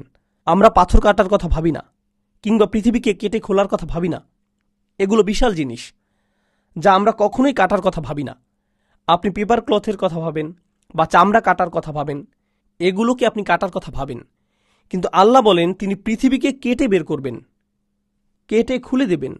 সুম্মা শাককনাল আরদা শাক্কা। আরেকবার লক্ষ্য করুন কিভাবে এখানে গত সূরার সাথে মিল রয়েছে। আল্লাহ গত সূরার সাথে এখানে মিল রেখেছেন। গত সূরায় নাজিয়াতে আল্লাহ বলছেন, ওয়াল আরদা বা'দা যালিকা দাহাহা আখরাজা মিনহা মাআহা ওয়া মারআহা। তিনি তার সাথে মিল রেখে বলছেন তিনি পৃথিবীকে আপনার জন্য মসৃণ করেছেন। এরপর বলছেন তিনি এ থেকে চারণভূমি সৃষ্টি করেছেন, তিনি এ থেকে পানি বের করেছেন, চারণভূমি বের করেছেন। এবার তিনি আরও খোলাসা করেছেন, যেন তিনি এই দুইটি আয়াতের তাফসির করেছেন এই সূরায়। তিনি বলেছেন, সুম্মা শাকাকনাল আরদা শাক্কা ফাআমবাতনা ফিহা হাব্বা। তিনি যখন একে কেটে বের করলেন, খুললেন, তিনি এখানে অঙ্কুরোদ্গম ঘটালেন। তিনি উৎপাদনের ব্যবস্থা করলেন কিসের? হাব্বান, শস্যের। এই শব্দটি কোনো কিছুর খুব নিখুঁতভাবে বৃদ্ধি হওয়া বোঝায়। এটি এমন শিশুর ক্ষেত্রেও ব্যবহৃত হয় যে খুব তাড়াতাড়ি বড় হয়ে পরিপক্ক হয়ে গিয়েছে। ফাআমবাতা হানাবাতান হাসানান ওয়া কাফফালাহা জাকারিয়া। তাহলে এটা মারিয়াম আলাইহিস সালামের ক্ষেত্রেও ব্যবহৃত হয়েছিল। একই শব্দ ব্যবহৃত হয়েছে। যেমনিভাবে আপনি একটি চারা গাছের যত্ন নেন, ভালোভাবে যত্ন নিলে এটা তাড়াতাড়ি বেড়ে ওঠে, তার পরিপক্কতাও এসেছিল তাড়াতাড়ি। তাই এখানে ইমবাত শব্দটি ব্যবহৃত হয়েছে।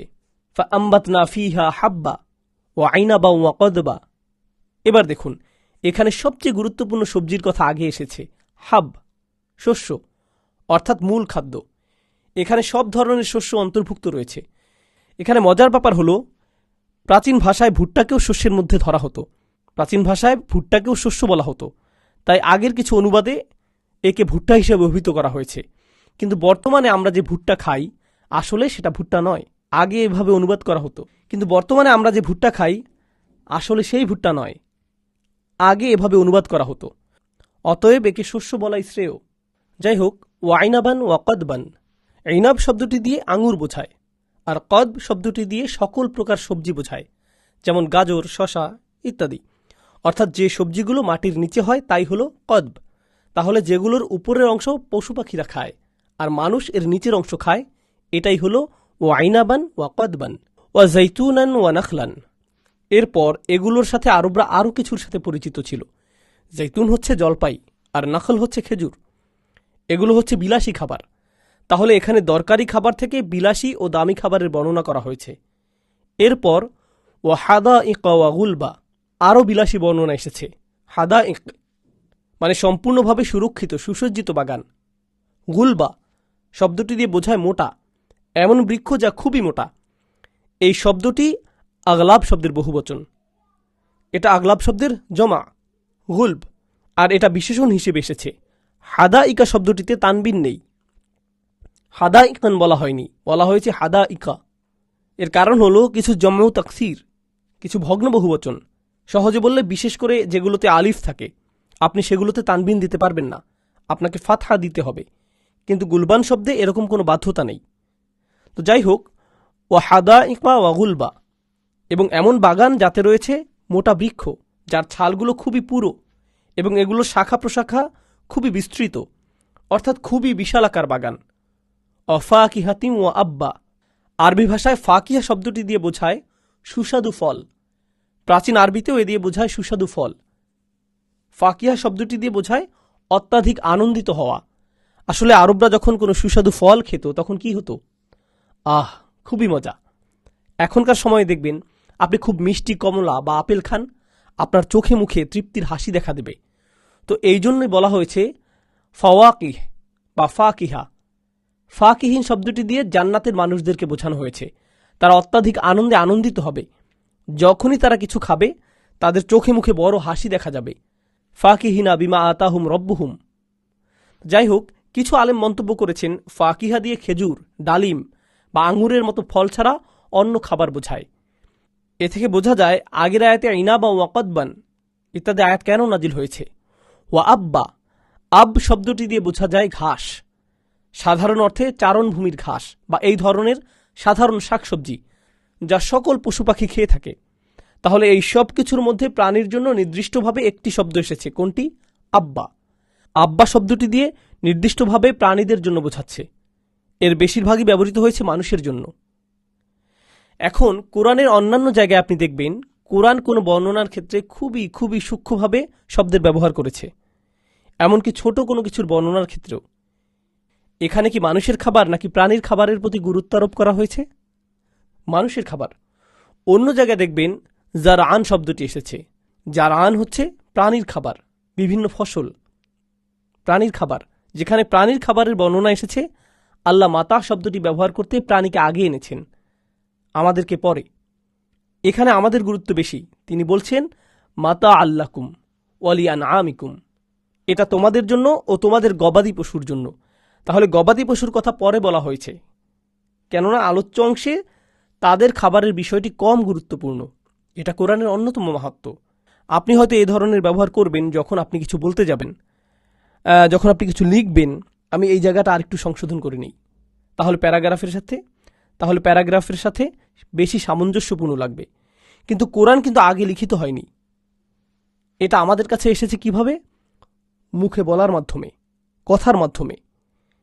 এটা যে কোনো মানুষের বানানো কথা নয়। এটা তার আরেকটা প্রমাণ। মানুষ এভাবে ভাবতে পারে না। আমার কথাগুলো আমি এভাবে সাজাবো, এ তারপর বি তারপর সি, কেননা গত সূরায় এখানে এ প্রথমে ছিল, তারপর দ্বিতীয়তে বি ছিল, শেষে বা তৃতীয়তে সি ছিল। আমরা যখন কথা বলি আমরা এভাবে ভেবে ভেবে কথা বলতে পারি না এভাবে। কিন্তু আল্লাহ আজ্জা জাল্লা তার কথাগুলোকে এমন জটিল সমীকরণে মিলিয়েছেন। সুবহানাল্লাহ তাআলা। মাতা আল্লাকুম ওয়ালিয়ান আমিকুম। তো এখানে গত সূরাটি ছিল মানুষের জন্য হুমকি স্বরূপ। নেতিবাচকভাবে বলা হয়েছে, কত বড় সাহস যে তুমি অস্বীকার করো। তুমি তোমার কবরে পৌঁছে যাবে, তারপরেও অস্বীকার করতে থাকবে। এই পথ এখানে আল্লাহ তিরস্কার করেছেন। কিন্তু এরপর সূরার শেষ পর্যায়ে এসে আল্লাহ বলছেন, কাল্লা লাম্মা ইয়াকদি মা আমারহ, সে এখনও তার দায়িত্ব পালন করেনি। অর্থাৎ এখানে কিছুটা হলেও আশা আছে। যেখানে আশা থাকে সেখানে ইতিবাচক স্বরেই বলা হয়। তাহলে লক্ষ্য করুন, তোমার খাবারের দিকে তাকাও, তুমি যা যা উপভোগ করো এগুলো সবই তুমি ও তোমার পালিত পশুর জন্য সৃষ্টি করা হয়েছে। সুতরাং তোমার কৃতজ্ঞতা বোধই তোমাকে ইসলামে দাখিল করাতে বাধ্য। কেবল কোরআনের বাণীই নয় বা তোমার নিজের বোধ নয়, তুমি যে খাবার খাও তার প্রতি কৃতজ্ঞ হলেও তো তুমি ইসলাম গ্রহণ করবে। দ্বিতীয়বার আল্লাহ আমাদেরকে বোঝাচ্ছেন, সুবহানাল্লাহ। তো পরিশেষে যদি এটাও তোমাদের জন্য যথেষ্ট না হয় তাহলে তোমার জানা উচিত যে কেন তোমার কৃতজ্ঞ হওয়া উচিত। পরিশেষে ইনদার। তাহলে এখানে বিভিন্ন প্রকারের সতর্কতা দেয়া হচ্ছে, আর এটা হচ্ছে শেষ সতর্কবার্তা। ফাইদা জাআতি সখা, গত সূরার সাথে সম্পর্কিত আরেকটি আয়াত। গত সূরায় আমরা পড়েছি ফাইদা জাআতি তাম্মাতিল কুবরা। আমি আপনাদেরকে বলবো কেন এখানে কুবরা শব্দটি ব্যবহৃত হয়েছে। সেই সূরায় শব্দের কিছু সৌন্দর্য ও মাহাত্ম্যের ব্যাপারে আমি তখন বলিনি, আমি ভেবেছি যে এখন বলবো। দেখুন, গত সূরায় ফেরাউন বলেছিল আনা রব্বুকুম আল আলা। তার কিবির ছিল। আল্লাহ কিভাবে তাকে ধ্বংস করলেন? আল্লাহ তাকে পানিতে ডুবিয়ে দিলেন। আল্লাহ তাকে তম্মা দিলেন। তম্মা হচ্ছে এমন ধ্বংস, এমন বিপর্যয় যা আপনাকে চারপাশ থেকে ঘিরে ধরে, কিন্তু দুইটির তুলনা করলে সেই বিপর্যয় তো কিছুই নয়। আরেকটি বিপর্যয় আসছে, এটা এতই বড় যে এটা মানুষকে চারিপাশ থেকে ঘিরে ধরবে। তাই তিনি বলেন তম্মা আল কুবরা, সেই প্রেক্ষাপটে এখানে এই সূরাটি শুরু হয়েছে এমন কিছু লোকের বর্ণনা দিয়ে যারা অহংকারী। এরা ওহীকে হালকাভাবে নেয়, তারা শুনেও না শোনার ভান করে। মূলত তারা শোনার ভান করে কিন্তু আসলে শুনে না। এরপর একজন আছে যে আসলেই শুনতে চায়। এবার আল্লাহ আজ্জা জাল্লাহ একটি হুমকি দিয়ে সূরাটি শেষ করেছেন, ফাইদা জাআতি সখা, যখন সেই আর্তচিৎকার আসবে। সখা হচ্ছে এমন চিৎকার, এমন ভয়াবহ চিৎকার যে ব্যক্তি এর আশেপাশে থাকবে, যার কানে এটা প্রবেশ করবে, তারা বধির হয়ে যাবে। এটা বধির হয়ে যাওয়ার মতো প্রকট চিৎকার। তাহলে আপনি এখন এই সতর্কতা শুনে না শোনার ভান করতে পারেন, আপনি এখন ওহীকে এড়িয়ে যেতে পারেন। তবে জেনে রাখুন, সখা আসছে এবং সেটা কিন্তু আপনি কোনোভাবে এড়াতে পারবেন না। এটা কিছুটা কাব্যিক শব্দচয়ন বলা যায়, যেভাবে সূরাটি শুরু হয়েছে। সুবহানাল্লাহ। ফাইদা জাআতি সখা ইয়াউমা ইয়াফিরুল মারউ মিন আখিহি, যেই দিন, সেই লোকের জন্য। মার শব্দটি দিয়ে এমন লোককে বোঝাচ্ছে। মার ও রজুল শব্দের পার্থক্যটা একটু পরে বলছি ইনশাআল্লাহ। এমন লোক পালিয়ে যাবে, দৌড়ে পালাবে। আরবি ভাষায় দৌড়ের জন্য কয়েকটা শব্দ আছে, রহবা, আবাকা, ফাররা। ফাররা শব্দটি ব্যবহৃত হয় যখন আপনি কোনো কিছু দেখে ভয়ে দৌড়ে পালান। ফাররা শব্দটি ব্যবহৃত হয় যখন আপনি কোনো কিছু দেখে দৌড়ে পালান ভয়ে। আপনি রাস্তা দিয়ে হাঁটছেন, হঠাৎ দেখতে পেলেন একটা বুনো কুকুর রাগে গজরাচ্ছে এবং আপনার দিকে এগিয়ে আসছে। এই অবস্থায় আপনি দৌড়ে পালালেন, একে বলা হবে ফাররা। কিন্তু যখন আপনি দৌড়ে ব্যায়াম করছেন, সেটা কিন্তু ফিরার নয়। যখন আপনি আপনার শত্রুকে দেখে দৌড়াচ্ছেন, সেটা হলো ফিরার। বুঝতে পারছেন? এখন ইয়াউমা ইয়াফিরুল মারউ, মানুষ প্রচণ্ড ভয়ে দৌড়াবে, প্রচণ্ড ভয় পেয়ে দৌড়াবে। কার থেকে? মিন আখিহি, তার নিজের ভাই থেকে। এ তার ভাইয়ের দিকে তাকাবে, সে তার ভাইকে দেখে প্রচণ্ড ভয় পাবে। এখন যখন আপনি কাউকে দেখে প্রচণ্ড ভয় পেয়ে যান, আপনি কোথায় গিয়ে আশ্রয় খোঁজেন? নিজের ভাইয়ের কাছে, আপনার মায়ের কাছে, আপনার বাবার কাছে, আপনার পরিবারের কাছে। অর্থাৎ আপনার বিপদ থেকে বাঁচতে এদের কাছে গিয়ে আশ্রয় নেন। আল্লাহ ঘটনাটা ঘুরিয়ে বলছেন, সেদিন মানুষ কার কাছ থেকে দৌড়ে পালাবে? ইয়াফিরুল মারউ মিন আখিহি, প্রচণ্ড ভয়ে নিজের ভাইয়ের কাছ থেকে, প্রচণ্ড ভয়ে নিজের ভাইয়ের কাছ থেকে পালাবে। সুবহানাল্লাহ। কেন এমনটি হবে? প্রথমত, আপনার ভাই, আপনার পরিবার। কিছু আলেম বেশ শক্তিশালী মন্তব্য করেছেন, আপনার পরিবারের সাথে আপনি সবচেয়ে বেশি সময় কাটিয়েছেন। মানুষ একে অপরের সাথে বাস করে, সে কার সাথে বেশি সময় থাকে?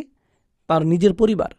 আর যখন আপনি কারোর সাথে যত বেশি সময় থাকবেন, আপনার তার হক নষ্ট করার সম্ভাবনা ততটাই বাড়তে থাকবে, কারণ আপনি তার সাথে বেশি সময় ধরে আছেন। সুতরাং যার সাথে আমার কোনোদিন দেখাই হয়নি, তার সাথে ভালো ব্যবহার করা আমার জন্য সহজ, কিন্তু আমার কাজিনের সাথে সেটা করা কঠিন। কেননা যখনই আমরা কথা বলি, যখনই আমাদের দেখা হয়, আমাদের ঝগড়া লাগে। যখন আমার আম্মা ডাকেন, আমার আব্বা ডাকেন, আমি মেজাজ হারিয়ে ফেলি, ঝগড়া লেগে যায়, তাই না? তাহলে মানুষের হক নষ্ট করার কাজটি কোথায় বেশি হয়? পরিবারে। এটা পরিবারেই বেশি হয়। স্বামী স্ত্রীর হক নষ্ট করে, বাচ্চাদের হক নষ্ট করে, পিতামাতার হক, ভাইদের হক। তাহলে যখন সে এদেরকে দেখবে, তারা কি বলবে? ও, তুমি তো আমার ভাই, এসো, আমরা তো এক পরিবারের, যা হওয়ার হয়েছে বাদ দাও, এসো। না, কেউ এসব পাত্তা দেবে না। অতাকাত্তাআত বিহিমুল আসবাব, সকল সম্পর্কই সেদিন ছিন্ন করা হবে। কে কার কি ছিল তা নিয়ে না ভেবে কি ভাববে? নিজের কথা। আল্লাহ সেদিনকার ভয়ঙ্কর অবস্থার কথা বর্ণনা করেছেন, ইয়াউমা তাদহালু কুল্লু মুরদিআতিন আম্মা আরদাআত, প্রত্যেক মাই সে যাকে দুধ খাওয়াতো তাকে চিনবে না। আল্লাহ এমনকি বাচ্চা শব্দটি বলেননি, তিনি বলেছেন সে যাকে দুধ পান করাতো, যেন সে এখন আর চেনেই না। আম্মা আরদাআত, তিফলিহাত নয়, আনতিফলিহাত নয়। সুবহানাল্লাহ। সেই দিনটি এতটাই শক্তিশালী।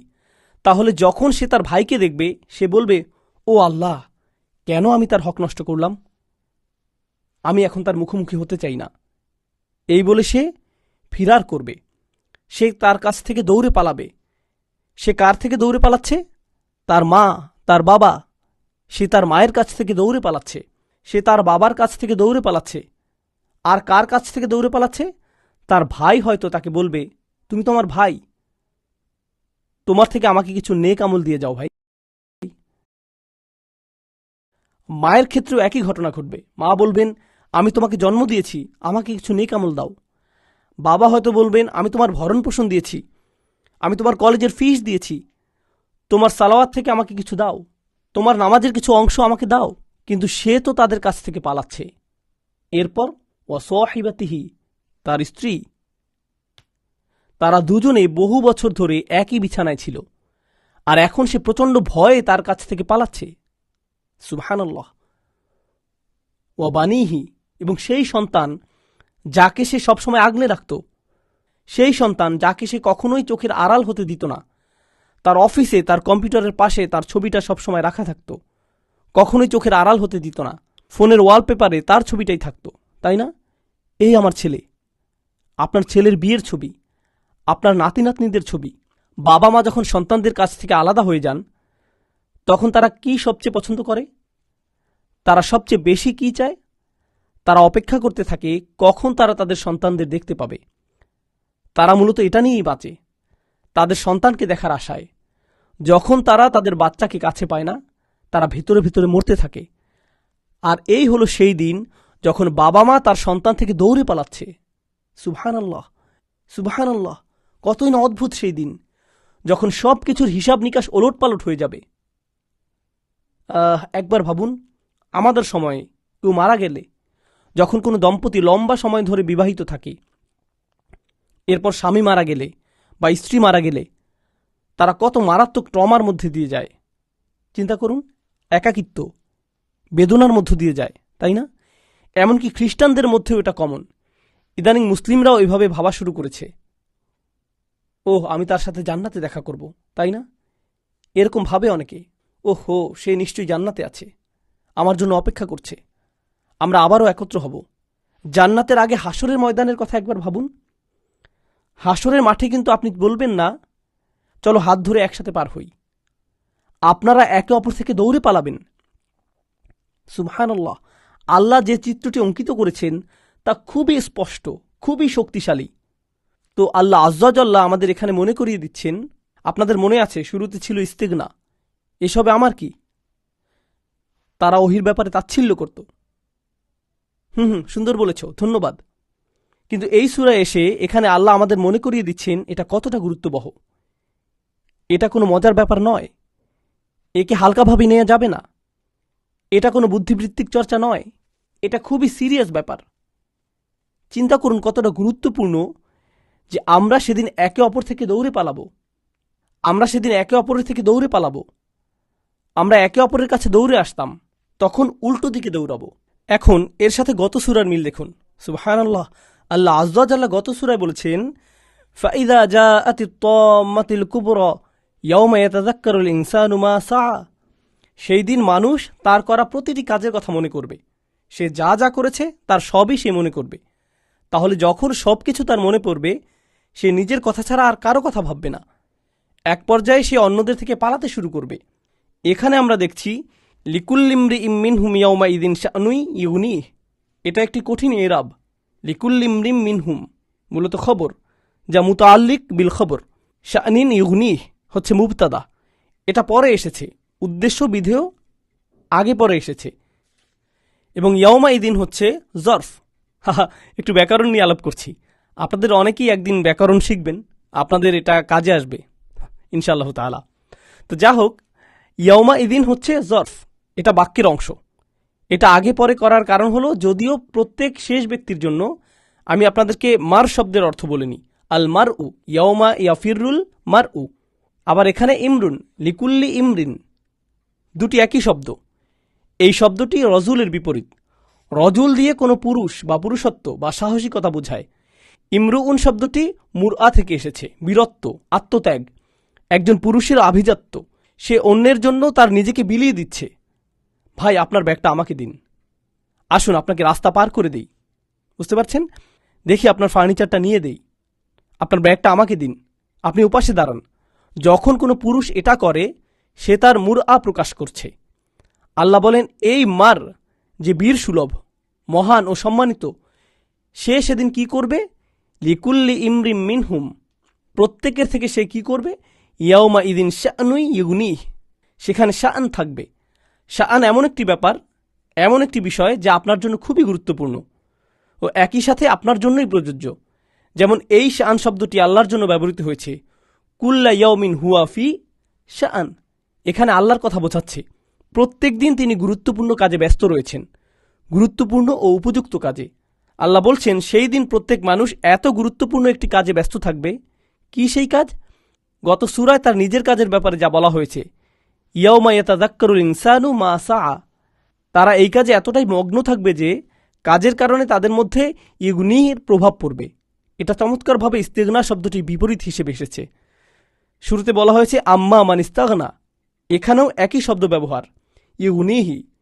ইউগনিহি শব্দটির অর্থ এমন কাজ যা এতটাই গুরুত্বপূর্ণ, এটা আপনাকে এতটাই ব্যতিব্যস্ত বানিয়ে দেয় যে আপনি দুনিয়ার বাকি সব কিছু ভুলে যান।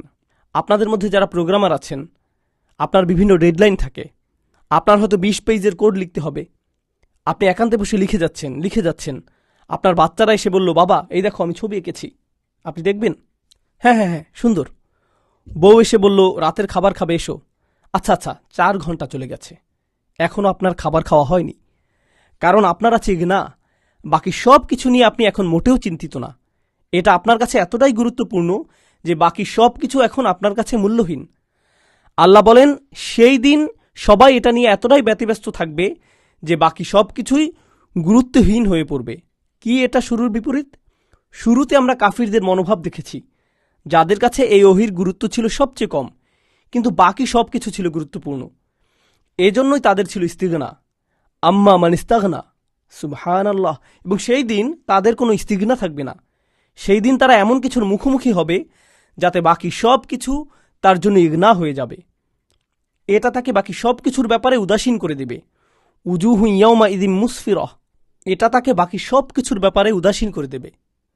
উজুহু ইয়াউমা ইদিন মুসফিরহ, সেদিন কেউ কেউ উজ্জ্বল আলোয় আলোকিত হবে, যেন তাদের হাসি একটা পর্দার আড়ালে লুকায়িত ছিল, এখন তো উন্মোচিত হলো। আরবি ভাষায় সাফারা শব্দটির অর্থ হল উন্মোচন করা। উন্মোচন করা আমরা পড়েছি বিআইদি সাফারাতিন কিরামিন বারারা, একই মূল অক্ষর, একই মূল থেকে এসেছে। কেননা বড় বইকে বলা হয় সাফার, কারণ এটা জ্ঞান উন্মোচন করে দেয়, এজন্য একে বলা হয় সাফার। সিফির শব্দটি দিয়েও এমন বই বোঝায় যা জ্ঞানের উন্মোচন করে দেয়। সাফির, আপনারা জানেন সাফির কি? কেউ কি জানেন সাফির কি? এটা হচ্ছে প্রতিনিধি। প্রতিনিধি কেন তাকে সাফির বলা হয়? কারণ সে তার রাজা বা দেশের বার্তাকে উন্মোচন করে, প্রকাশ করে, পৌঁছিয়ে দেয়, উন্মোচন করে। সফর দিয়ে ভ্রমণ করাও বোঝায়, সফর ভ্রমণও বোঝায়, কারণ এতে করে নতুন জায়গা বা স্থান উন্মোচিত হয়। তাহলে আল্লাহ আজ্জাল্লাহ এখানে বিশ্বাসীদের ব্যাপারে বলছেন, তিনি যা বুঝিয়েছেন তা হলো সে হয়তো খুব কঠিন জীবন পার করছে। লাকাদ খলাকনাল ইনসানা ফি কাবাদ, তিনি মানুষকে কঠিন অবস্থার মধ্যে সৃষ্টি করেছেন। বিশ্বাসীদের ব্যাপারে আল্লাহ বলেন, যুইয়িনা লিল্লাযীনা কাফারুল হায়াতুদ দুনিয়া ওয়া ইয়াসখালুনা মিনাল্লাযীনা আমানু, যারা অবিশ্বাসী তাদের জন্য এই দুনিয়ার জীবনকে চাকচিক্যময় করে দেয়া হয়েছে, এবং যারা বিশ্বাসী তাদের নিয়ে তারা মজা করে। সুতরাং তারা মানুষের কটু কথা শুনে থাকে।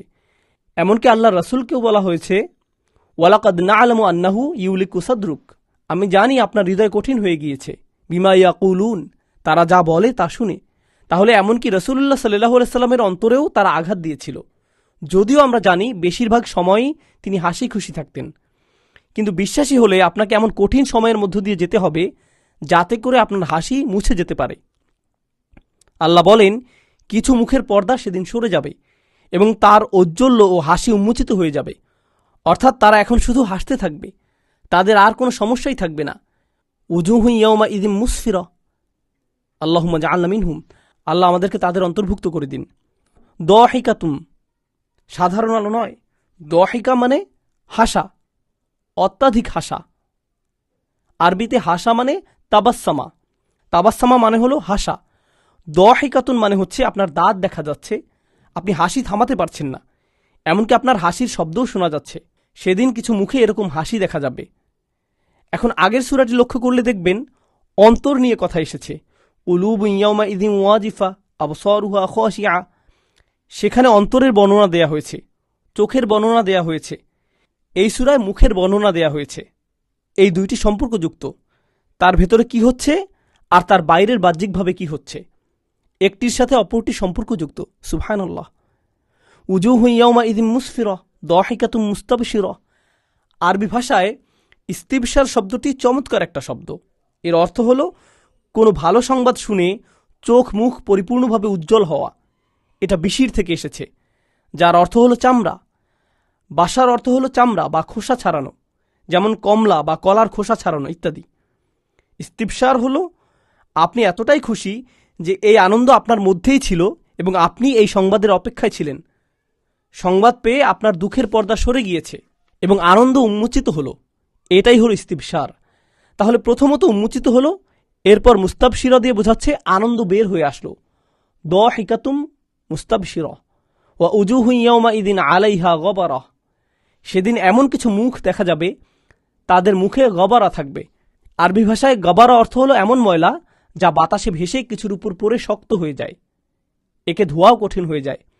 তো এখানে গাবারা দিয়ে বলা হচ্ছে ময়লার স্তূপ কারো মুখের উপর পড়ে তার মুখ ময়লা হয়ে পড়েছে, বুঝছেন, এবং তাকে দেখে ময়লা ও কুশ্রী লাগছে। বুঝতে পারছেন? তো সেদিন কিছু মুখ দেখে এমন লাগবে, এটা কেবল সত্যিকার ময়লা নয়, এটা এমন যেন তার দুঃখ আর হতাশার কারণে তার মুখে সত্যিকারের ময়লা না থাকার পরেও তার দুঃখ আর হতাশায় তাকে দেখে মনে হচ্ছে তার মুখে ময়লা লেগে আছে। তার হতাশার কারণে তার মুখের রং পরিবর্তন হয়ে গিয়েছে সেদিনের ভয় আর দুঃখে। তার হাকুহা কতরা। আপনাদের কিছু শব্দের মাহাত্ম্য নিয়ে আলোচনা করি ইনশাল্লাহ। আরবি ভাষায় কুরআনে ময়লার কয়েকটা শব্দ পাই। একটি হলো গাবারা, যা হচ্ছে ময়লার স্তূপ বা কঠিন ময়লা। আরেকটা হলো নাকআন। নাকআন ফাআসারনা বিহি নাকআন, এটা এসেছে সূরা আদিয়াতে। এটা এমন ধুলোর ঝড় যেখানে ঘোড়াগুলো ছুটে গেলে তারা তাদের পেছনে যে ধুলা ফেলে যায় তাকে বোঝানো হচ্ছে, একে বলে নাকআন। এরপর হাবাআন। হাবাআন শব্দটি দিয়ে এমন ক্ষুদ্র ময়লাকে বোঝায় যা আপনি হয়তো খালি চোখে দেখতেও পাবেন না। ওকে, হয়তো বাইরে চমৎকার রোদ উঠেছে, তখন আপনার জানালার কাছে তাকালে হয়তো দেখতে পারেন। এটাই হাবাআন। আল্লাহ বলেন কাফেররা তাদের ভালো কাজ নিয়ে আসবে, ওয়াকাদিমনা ইলা মা আমালু মিন আমালিন ফাজআলাল্লাহু হাবাআম মানসুরা। আমরা একে হাবায় পরিণত করব, হাবায় ছড়িয়ে দেব। তারা যখন তাদের ভালো কাজ নিয়ে আসবে, তারা মনে করেছে তারা ভালো কাজের বোঝা নিয়ে এসেছে। আল্লাহ একে গাবারায় পরিণত করবেন না, নাকআতেও পরিণত করবেন না, হাবা আনে পরিণত করবেন। এত ক্ষুদ্র, কোনোভাবে ধরা যায় না, যেন বাতাসে মিলিয়ে গেল, ধরার কোনো উপায় নেই। সুবহানাল্লাহ। এরপর সূরার শেষে তিনি বলছেন তারহাকুহা কতরাহ। আরবি ভাষায় রহাক শব্দটির অর্থ হল কোনো কিছুর উপর জোর করে চেপে বসা, একে বলা হয় রহাক। তাহলে আল্লাহ বলছেন কতারা, এই কতারা তাদের মুখের উপর চেপে বসবে, এটা মুখের উপর চলে আসবে। তাহলে এই কতারা কি? কতারা হচ্ছে সেই ধোঁয়া যা কোনো কাঠ পোড়ালে বের হয়। এটা দিয়ে এমন ধোঁয়া বোঝায় যখন আপনি কোনো কিছু রান্না করেন বা কিছু বারবিকিউ করেন, এমন কালো ধোঁয়া যা আগুন থেকে বের হয়। বুঝতে পারছেন? মজার ব্যাপার হচ্ছে আরবরা দুষ্টামি করে বলতো, তারা কৃপণ লোকদেরকে বলতো কতির। কাতিল নয়, কতির শব্দের শেষে র আছে। কেন তারা তাদেরকে কতির বলতো? কারণ যদি সে কখনো তার বাড়িতে দাওয়াত দিত, আপনি তার বাসায় খাবারের পোড়া গন্ধ পাবেন বা ধোঁয়া দেখতে পাবেন, কিন্তু ওই দেখা পর্যন্তই শেষ। আপনি আর কিছু দেখবেন না। সে আপনাকে একটু পানি দেবে, এটুকুই। অন্তত আপনি ধোঁয়া তো দেখতে পারলেন, তাই তাকে কতির বলা হতো। ওকে, তো তার হাকুহা কতারা, এই কালো ধোঁয়া তাকে গ্রাস করে নেবে এবং সে এখান থেকে বের হতে পারবে না। তার উপর জোর করে এটা গ্রাস করবে। তাহলে প্রথমে ময়লা, এরপর এই ময়লার স্তূপের উপর কালো ধোঁয়া। সুবহানাল্লাহ। তার হাকুহা কতারা উলাইকা হুমুল কাফারাতুল ফাজারা। এরাই হলো তারা যারা এই দুনিয়ার সবচেয়ে বড় অস্বীকারী। উলাইকা, তাহলে কারা এই জঘন্যতম অস্বীকারী? সূরার শুরুতে ফিরে যাই। আম্মা মান ইস্তাগনা, যে মনে করে তার কিছুর প্রয়োজন নেই। ফা আম্মা মান তাগা ওয়া আসারাল হায়াতাদ দুনিয়া, গত সূরায় বলা হচ্ছে এরাই হলো সবচেয়ে জঘন্যতম অস্বীকারী। এই সূরাটি শেষ হচ্ছে এটা যেখান থেকে শুরু হয়েছিল। তাহলে উলাইকা হুমুল কাফারা, এরাই হলো জঘন্যতম অস্বীকারী। আলফাজারা, আলফাজারা মানে হলো যে আল্লাহকে অস্বীকার করে সবচেয়ে জঘন্যভাবে। ফুজুর শব্দের অর্থ হলো খুলে দেয়া। ফজরকে ফজর বলা হয় কারণ এটা অন্ধকারকে খুলে দেয়, এটা ছিঁড়ে ফেলে। তাহলে ফাজার তারা কেবলমাত্র পাপই করে না, তারা খোলাখুলিভাবে পাপ করে এবং বাজেভাবে করে। এমন না যে তারা 99% লাইন ক্রস করে, 1% বা অল্প কিছু। তারা পুরোপুরিভাবে গর্ব অহংকারের সাথে মানুষকে দেখায়, দেখো আমরা আল্লাহর অবাধ্য হচ্ছি, দেখো আমরা আল্লাহর অবাধ্য হচ্ছি, এতে আমরা কতই না খুশি। এটাই আলফাজারা। ইনশাআল্লাহ তাআলা আমরা সূরার শেষে এসে পড়েছি, তবে আমরা আমাদের ঐতিহ্য ধরে রাখব। আরেকটি বিষয় আছে, কিভাবে এই সূরার শুরুর সাথে শেষের মিল করা হয়েছে। সূরার শুরুতে যাকারা ফি আউয়ালিহা সানাফাইন মিনান নাস, আমরা দুই ধরনের মানুষ দেখতে পাই। আম্মা মান ইস্তাগনা ফাআনতা লাহু তাসাদ্দা, অপরদিকে ওয়া আম্মা মান জাআকা ইয়াসআ ওয়া হুয়া ইয়াখশা ফাআনতা আনহু তালাহহা, আমরা এমন মানুষ দেখি যারা মনে করে তাদের কিছুর প্রয়োজন নেই, এবং এমন মানুষও পাই যে আল্লাহর ভয়ে নবীজি সাল্লাল্লাহু আলাইহি সাল্লামের কাছে দৌড়ে এসেছিলেন। সে আসলে ভয় পেয়েছিল, সে আত্মশুদ্ধি করতে চেয়েছিল, সে ওহির মাধ্যমে নিজের আত্মশুদ্ধি করতে চেয়েছিল যাতে সে নিজেকে পরিশুদ্ধ করতে পারে। সূরার শেষে আল্লাহ বলছেন এই দুই ধরনের মানুষের সাথে কি ঘটবে। ঘটনা ঘুরে গেছে। যে দুনিয়াতে ভীত ছিল, পরিশেষে তার মুখে উজ্জ্বল হাসি দেখা যাবে। উজুহু ইয়াউমা ইযিম মুসফিরাহ দাহিকাতুম মুস্তাবশিরাহ, সে এখন ভয়ে জীবন কাটাচ্ছে, সতর্কভাবে চলছে। সে কি যথেষ্ট আল্লাহর আনুগত্য করতে পারছে? সে কি নিজেকে যথেষ্ট পরিশুদ্ধ করতে পারছে? ওহি থেকে সে কি যথেষ্ট উপকৃত হচ্ছে? পরিশেষে তার মুখে এত চওড়া হাসি দেখা যাবে যে সে সেই হাসি আর থামাতে পারবে না।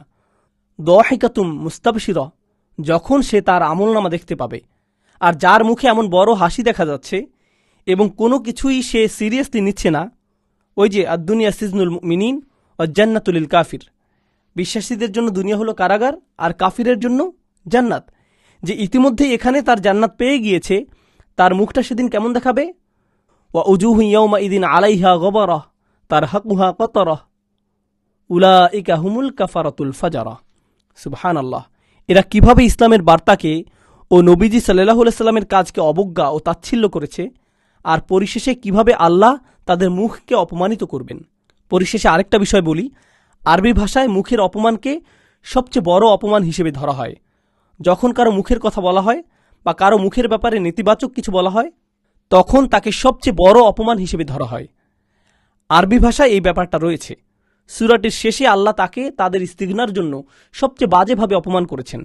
আল্লাহ আমাদেরকে ইস্তিগনা থেকে রক্ষা করুন এবং সত্যিকার ভাবেই আমাদের অন্তরে আল্লাহর উপর ভরসা করার তৌফিক দান করুন। এই স্মরণিকা থেকে যেন আমরা উপকৃত হতে পারি এবং আল্লাহ এখানে আমাদের সবাইকে যা আমরা শিখলাম তা থেকে উপকৃত হবার তৌফিক দান করুন। আল্লাহ আমাদেরকে এই সত্যের উপর চলার তৌফিক দিন এবং আমাদেরকে কবুল করুন। সুবহানাকা আল্লাহুম্মা ওয়া বিহামদিক নাশহাদু আল্লা ইলাহা ইল্লা আনতা নাস্তাগফিরুকা ওয়া নাতুবু ইলাইক। আসসালামু আলাইকুম ওয়া রাহমাতুল্লাহি ওয়া বারাকাতুহু।